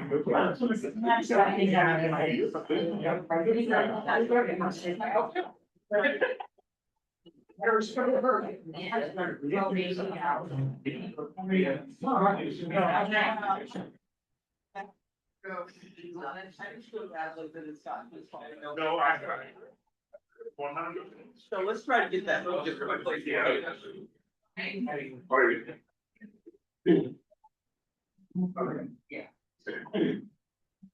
Okay, thank you all for waiting through our board meeting. We have two EPB appeals. Board members have received documents submitted on behalf of the West. And so calling the EPB, Mark Winter. Would you like to discuss the reason for the denial and? Which one? The West. The West. Quarter past. Quarter past. Right. All right, Mark Wenger, 105 Thorpe's Parish. I represent the EPB. I'm chair. And also the only person wanting to come before the board for these meetings. With regard to this one, this is a storm door. When it came to EPB, we looked to parcels for their prototypes. I assume you all know what that means. If not, it just means that they have examples of things that you can use in lieu of the original. When we get this, we normally usually follow the approval of the prototype. In this case, there was only one prototype at the time, and therefore it did not match the prototype, and we denied it. In the meantime, the parcel has looked at other prototypes, although they can't come back. My understanding from the most recent emails is that they wish to stick with the traditional prototypes that they have. So I represent EPB, having made that decision a while back, when it was the only prototype. There is not, and I can be corrected on this, but I don't think there's a requirement that EPB follow the prototype. But the only occasion I know where we didn't was when it was no longer actually available as a light fish. So this decision on this that rests with you all is to either approve, well, I don't know how you word it. You either say, okay, EPB, and side with us, in which case the violation and the non-approval of the modern storm door stands, or you can side with the homeowner and say, EPB, the standard is too strict, it's not exist anywhere else in the community. With that, EPB would have guidance on how to act in that fashion. So either way that you all decide, that will be then guidance to EPB moving forward. But that's why we made the decision we did. But I think at this point, if unless you have questions, and you can always call me back. I think it's important to hear from the homeowner. Yes. Let me turn it over. All right, thank you, Mayor. Thank you. Mr. and Mrs. White, you have 10 minutes. Perfect. We'll go over. My wife's Sherry. Hello. And I'm James West. That's it. Cousin already left. So we're returning from October. I hope you remember us, we were here in October. Seeking approval to put a glass door on the back of our house. It's replacing a damaged screen door that was there when we moved in. That I took down when we moved in with the intent to put this door in as a replacement. Due to the subdivision and we found out we had to go through the process, so we're going through the approval process.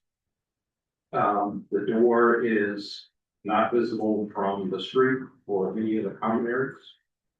It's in the back of the home. That says to replace a screen door that was damaged that I took down when we moved in. We went this route, we looked around the neighborhood before I got the approval process. There were 5 other glass doors in the neighborhood. And of the 22 homes on Thomas Gates, 11 of those have either glass doors or screen doors. And we have those homes marked and we have pictures. So, when we were here in October, there was a motion to approve installation. It was seconded.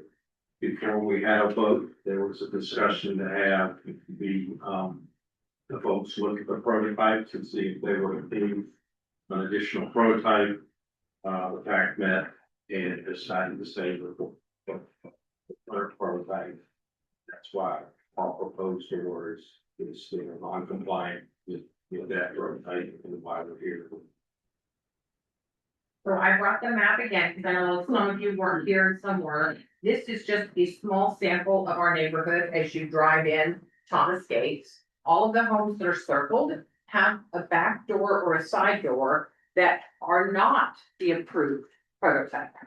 The only door out of all of these homes that has the approved prototype is the one that I've marked with an X. Okay, all of the rest of them do not have this door. As you can see, this is the one approved door. Bruce even went with the pack. They're not even made anymore. You have to get them custom made. So we kind of feel like a little bit of flexibility here, plus a little bit of fairness, because all of these homes in Quarter Path Trace have the door that we're just asking to put on our home. So it makes no sense to me, much more, that all of these homes can have these screen doors or these store doors. There's a larger version of it. And they've had it for decades. You can go back into realestate.com and see that this door was on this home decades ago when this resident purchased it. It's not hurting the property values in Quarter Path Trace. We have no homes for sale right now, and our property values are higher than they've ever been. And the majority of the homes have either a screen door or a storm door that is not approved. So we're just asking as a new resident to be treated the same as all the other residents are. Like Betty said, our door, and I have a picture of it, is in the back. You can't see it from the street. You can't see it from a common area. You can't see it from a parking lot. You can't see it anywhere. So we would be the only one really that would be seeing, there's a picture of how our house is kind of. So we're just asking for, you guys to have a little bit of flexibility. We were here in October. Brandon's like, let's have a can-do attitude. Let's quit telling everybody no, no, no. Let's be fair to people and try to see how we can all work together as a community and do the right thing. And again, if we were the only one and none of the other houses had it, I wouldn't be up here asking for special permission. I understand that we need to keep the Quarter Path Trace with a colonial look and feel. But if all of these other homes are not ruining the colonial look and feel, then how is mine? And I know the leader of the pack came at the beginning of the meeting and she was telling you guys, what her thoughts were. She's actually one of these homes. And I'm not gonna tell you which one she has. Honestly, she has. You're getting lied to so much. I live there. I do not have a glass door on the back of my house. No, I don't see everybody. There's half of them do and half of them don't. They're not being lied to. Every single home circle here has a screen door or a store door. God is my witness. I'm not bringing you false evidence. And I'm bringing you pictures. Where do you think I got these pictures from? I mean, could I possibly have made these up? Yeah, so our point is, I'm replacing the screen door that was there, it was damaged. And the door is not visible from the street, any common area or. So. We've waited 6 months, sure. We've waited 6 months, just ask him to please start order. And no, I have all those pictures too, Bruce, and I've sent all those to you. Too. Yeah, we've done And Bruce, you said, they said you went out there and saw, Excuse me? you went out to Port Patrick's and you saw all those stores? I said, staff out there. Okay. I'm sorry, what? Since you staff. Staff out because we had some concerns about approval. Did we not? There was, I wanna say maybe one or two of the actual screen type doors, not storm doors, but screen doors were probably approved, but all the actual standard storm doors were not approved. But they're on. Yeah. No, they've been made to take them off. Yeah. They've No, been violated. they've been there for over a decade and they're still there. I mean, we live in They've had Texas. situations where, like burn exposures and stuff, It- but that's a whole nother situation Right. in itself. So they have not been approved by EPA. with that. But they've been on there for over 10 years and nobody is bothering them. The only one that asked permission was 102 Thomas Gates. He was fined $1,000. He was made to take it down and 2 months later he died of liver cancer. So it's really sad that our residents are kind of being treated that way. But again, all of these houses, if you go out there today, have either screen doors or storm doors on them. Whether they're approved or not, we're just asking for the same fairness and nobody can see our door. You know, I've been sitting here listening to you and sympathizing with you with that last statement. It was uncalled for What was that? to use the dead guy. Oh, it was horrible. No, They excuse me. just had to go through that. You don't know anything about the background. I was involved with this guy for 3 or 4 years. He was given plenty of opportunities. He came to the board. How long did we work with him? Don't sit there and tell me stuff when you don't know the background. I find that offensive. Oh, I'm sorry, I didn't mean to offend you, I really didn't, I'm sorry, I apologize for that. I just want to be treated the same as all the other residents you treated, if they didn't have these doors on their house and they've had them on there for years and years and years and years and years. It doesn't seem fair when a new resident comes in and tries to do it the right way, it's told we can't here. Okay. So that's it. Thank you so Thank you. much. I appreciate it. You flew in for this, right? Yeah, we put it on. Yeah. Thank you. We didn't, we PSA didn't is- that work. PSA is a joyride. Yeah, Yeah. yeah, I have a question for the EPB though. Can I ask? Yeah. Okay. I got 2 questions. One, I swear I read somewhere that the prototypes were primarily for the front of the houses, but not the back. Is that not, maybe I misread something? There was, do you need me to answer that? Yeah. Okay, so there is a specific louver door that is for the front only. Okay. And then the 6 light panel door is for the rear and for the sides. And it So applies there's- also to the very back of the house? Right, this is in the side though. This is a side, not This a back. is a side door. Side door, okay, I got that question answered. My second question is, how is it that a PAC, and maybe, now I know you're speaking for EPB, not the PAC, but how is it that all these others got through? Did they not do EPB approvals, all the Yes. other ones? They're in violation. They're all in violation. Okay. Chelsea, can you speak to that? Is that correct? All of those are in violation? And Correct. We We didn't- feel it's something. None of the standard storm doors, the glass standard storm doors that were presented to us by the homeowners were approved by UPD. Now, there may be an instance where we cannot go back for reasons that we cannot go back and violate maybe 1 or 2 of these. And they remain because of, I don't wanna use the word. We missed it. Grandfather. They were missed at a disclosure. Okay, so, I mean, I guess, I understand that Or storms that were put on the screen versions that were added in the 70s and 80s, and so they're. So my question is, are you pursuing violations then at all with these? There have been some violations sent out for these, yes. Okay. The ones so that the were ones able to violate. So the ones that have been cited up here, they're now being cited for violation. Correct. If they haven't been removed. Are they being asked to replace their doors? Say that again. Are they being asked to replace They just their have to doors? remove them because they're just storm doors on the outside of their door. Mhm. So they either remove them or they apply, which if they applied, they probably would not get approval anyway. So they're having to remove. How many total are there? I think there was like 5 or 6. Yeah. So they have to replace it with the prototype if they want to. If they wanted it. Yeah, yes. okay. Correct. These are screen doors and storm doors. Okay, so- Neither of those are the approved. So there is a movement afoot right now to basically uphold the standards for the parcel. Is that correct? You are moving forward to uphold those, okay, so all those people that you're talking to. And daily Yeah, fines. yes, What do they We're want? doing the fines, we are asking those people to in fact replace it, get back into the prototype and to do the standard. Okay, well then that kind of, I have a question, and maybe I've misunderstood or heard wrong or something. But I was under the impression that this was a custom ordered door. Which. And that you could not return it. Yeah, we got it from, was it Home Depot Home or Depot. Lowe's? This is an off the shelf door here at Home Depot. It is, but I'll tell you why they call it custom, Bruce. They call it custom because you pick the color of the handle and you pick whether it's a left swing or a right swing. That's why it's So custom. they can. But you're right, it's a completely off the shelf. We're having that argument too, as it was an off the shelf door, they said, no, it's custom. Well, okay, so I didn't hear you. I didn't hear you incorrectly. It's custom.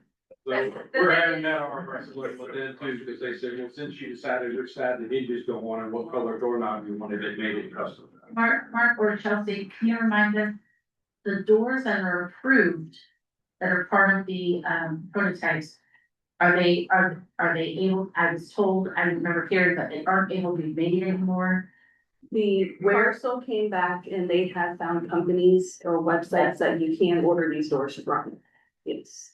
They did their research and they came back and revised the prototype with those additional. Yeah, the original one that was listed was not doing it anymore, so that they found. You can get it custom made, right? So the door battles at the quarter pad trace have been going on for over 15 years.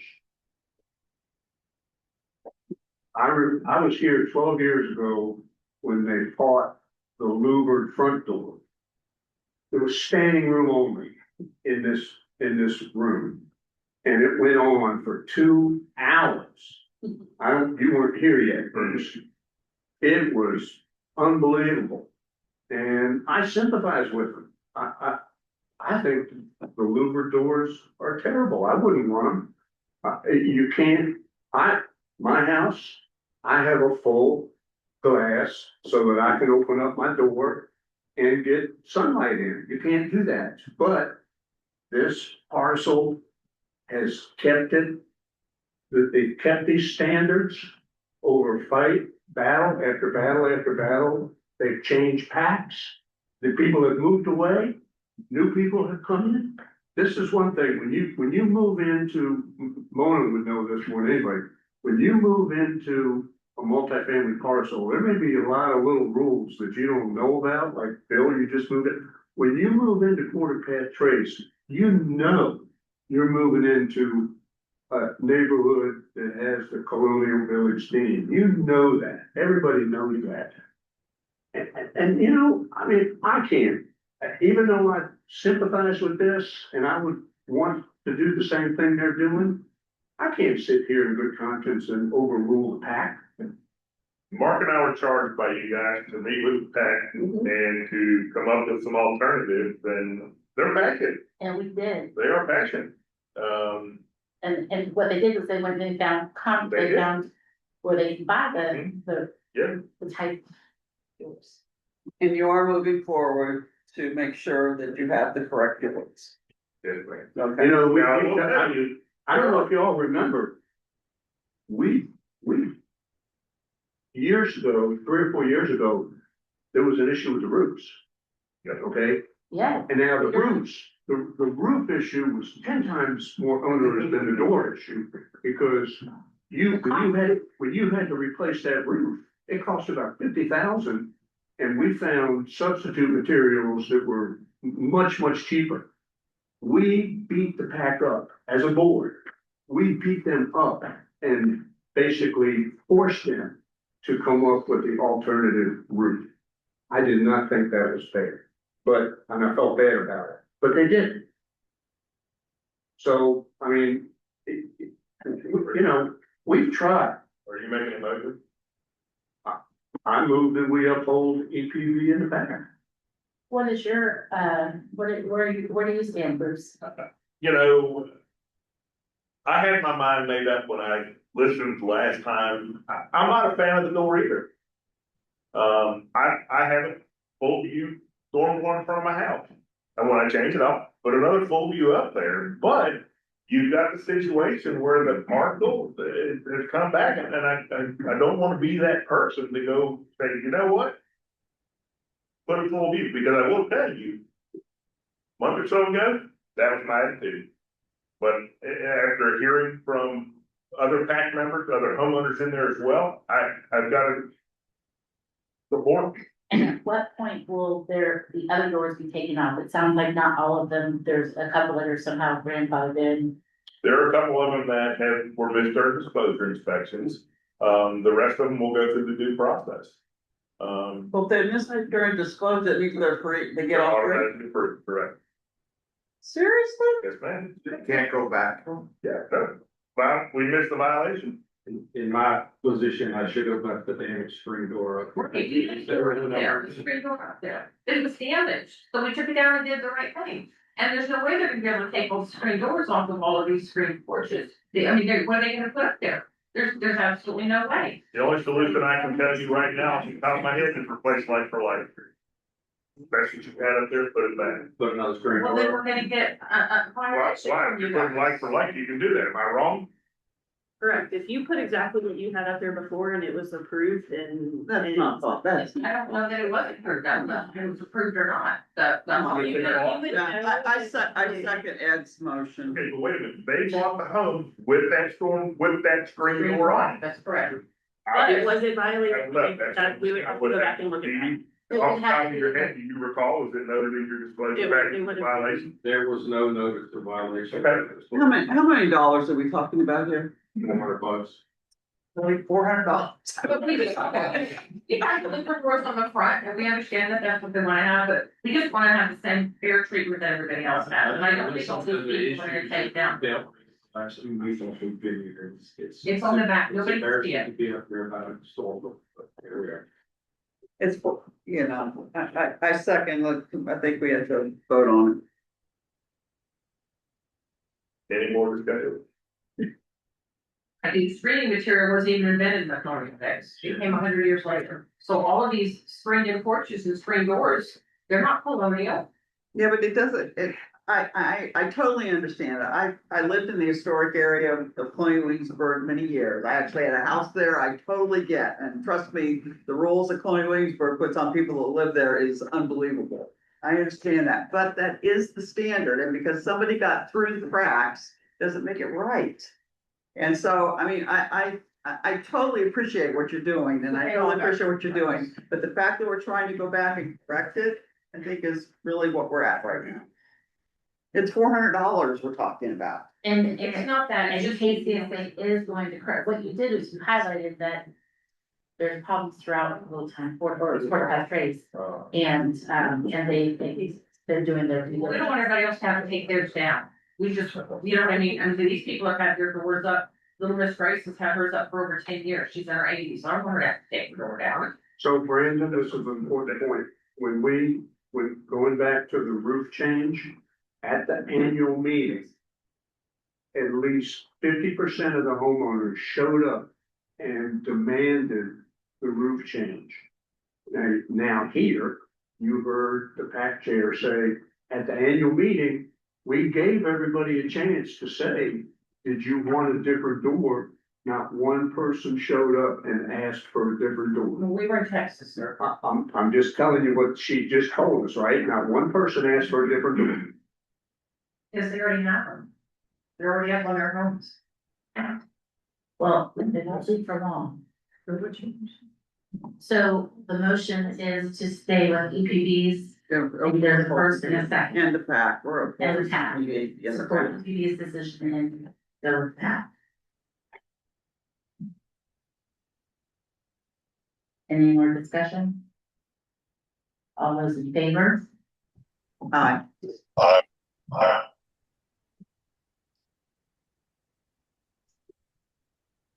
You don't need my eye, do you? I do. But we're going to, we're moving forward with the others too, because we can't. Yeah, we have to, Right. We have to be to be fair, we've got to move forward with the others. And as you know, it's not an overnight process, it takes some time, so, we will see where we are in that process. Appreciate it. Thank you. Thank you. Thank you. No, all one eye.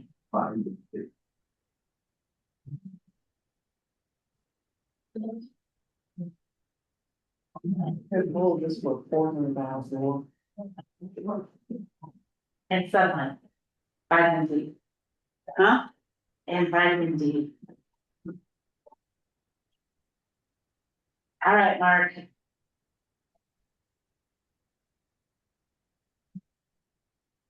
So the next one is, deals with the shed, and this was one that had a lot of discussion in the community.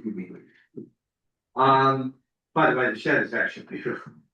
It's a nice job that they're looking at.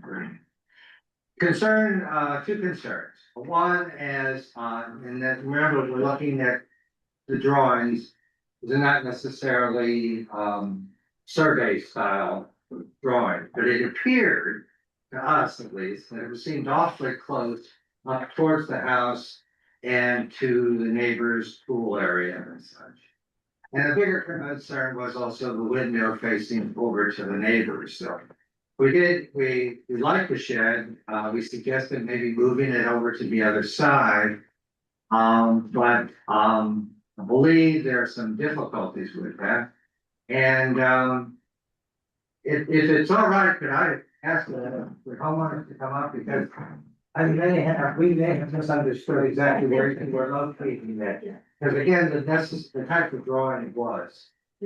This would be the view from the window of the shed and for 44. Right, we thought it was like just opposite. No, Yeah. way behind. Is this location accurate?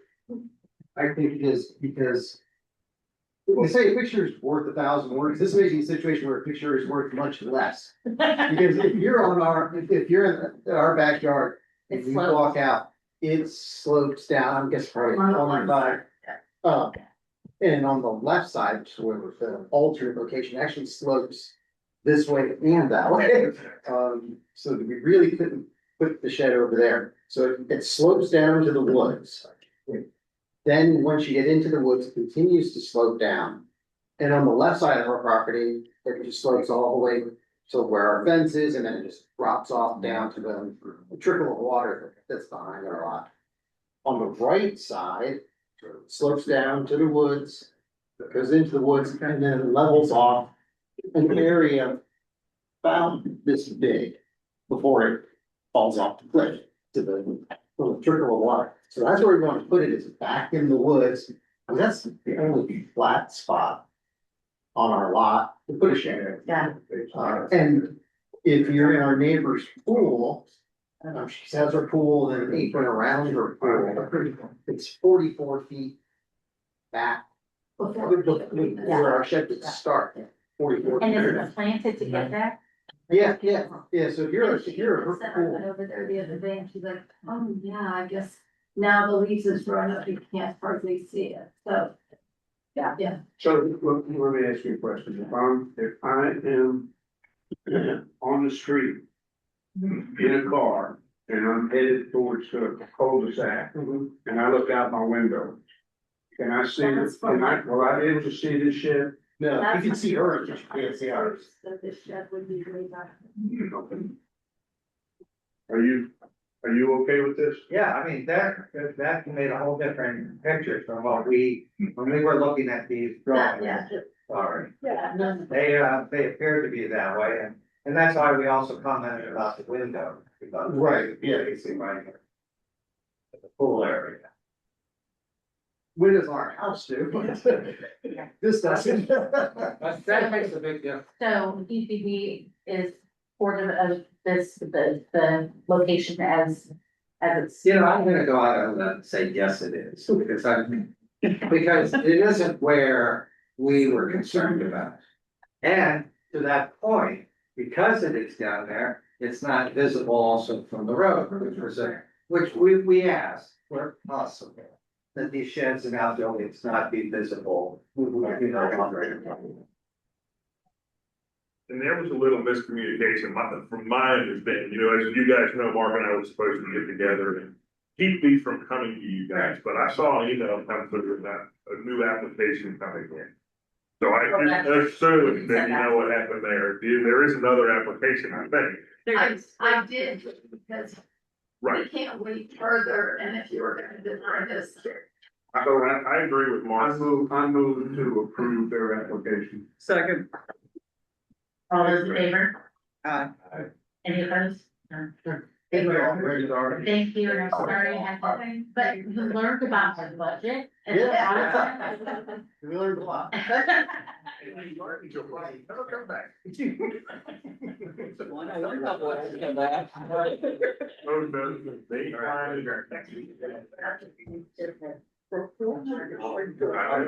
right, well, yeah. Fire. Aren't making any. You're right. This is all perfect. Yeah. Push now. Nothing on it. I don't even know.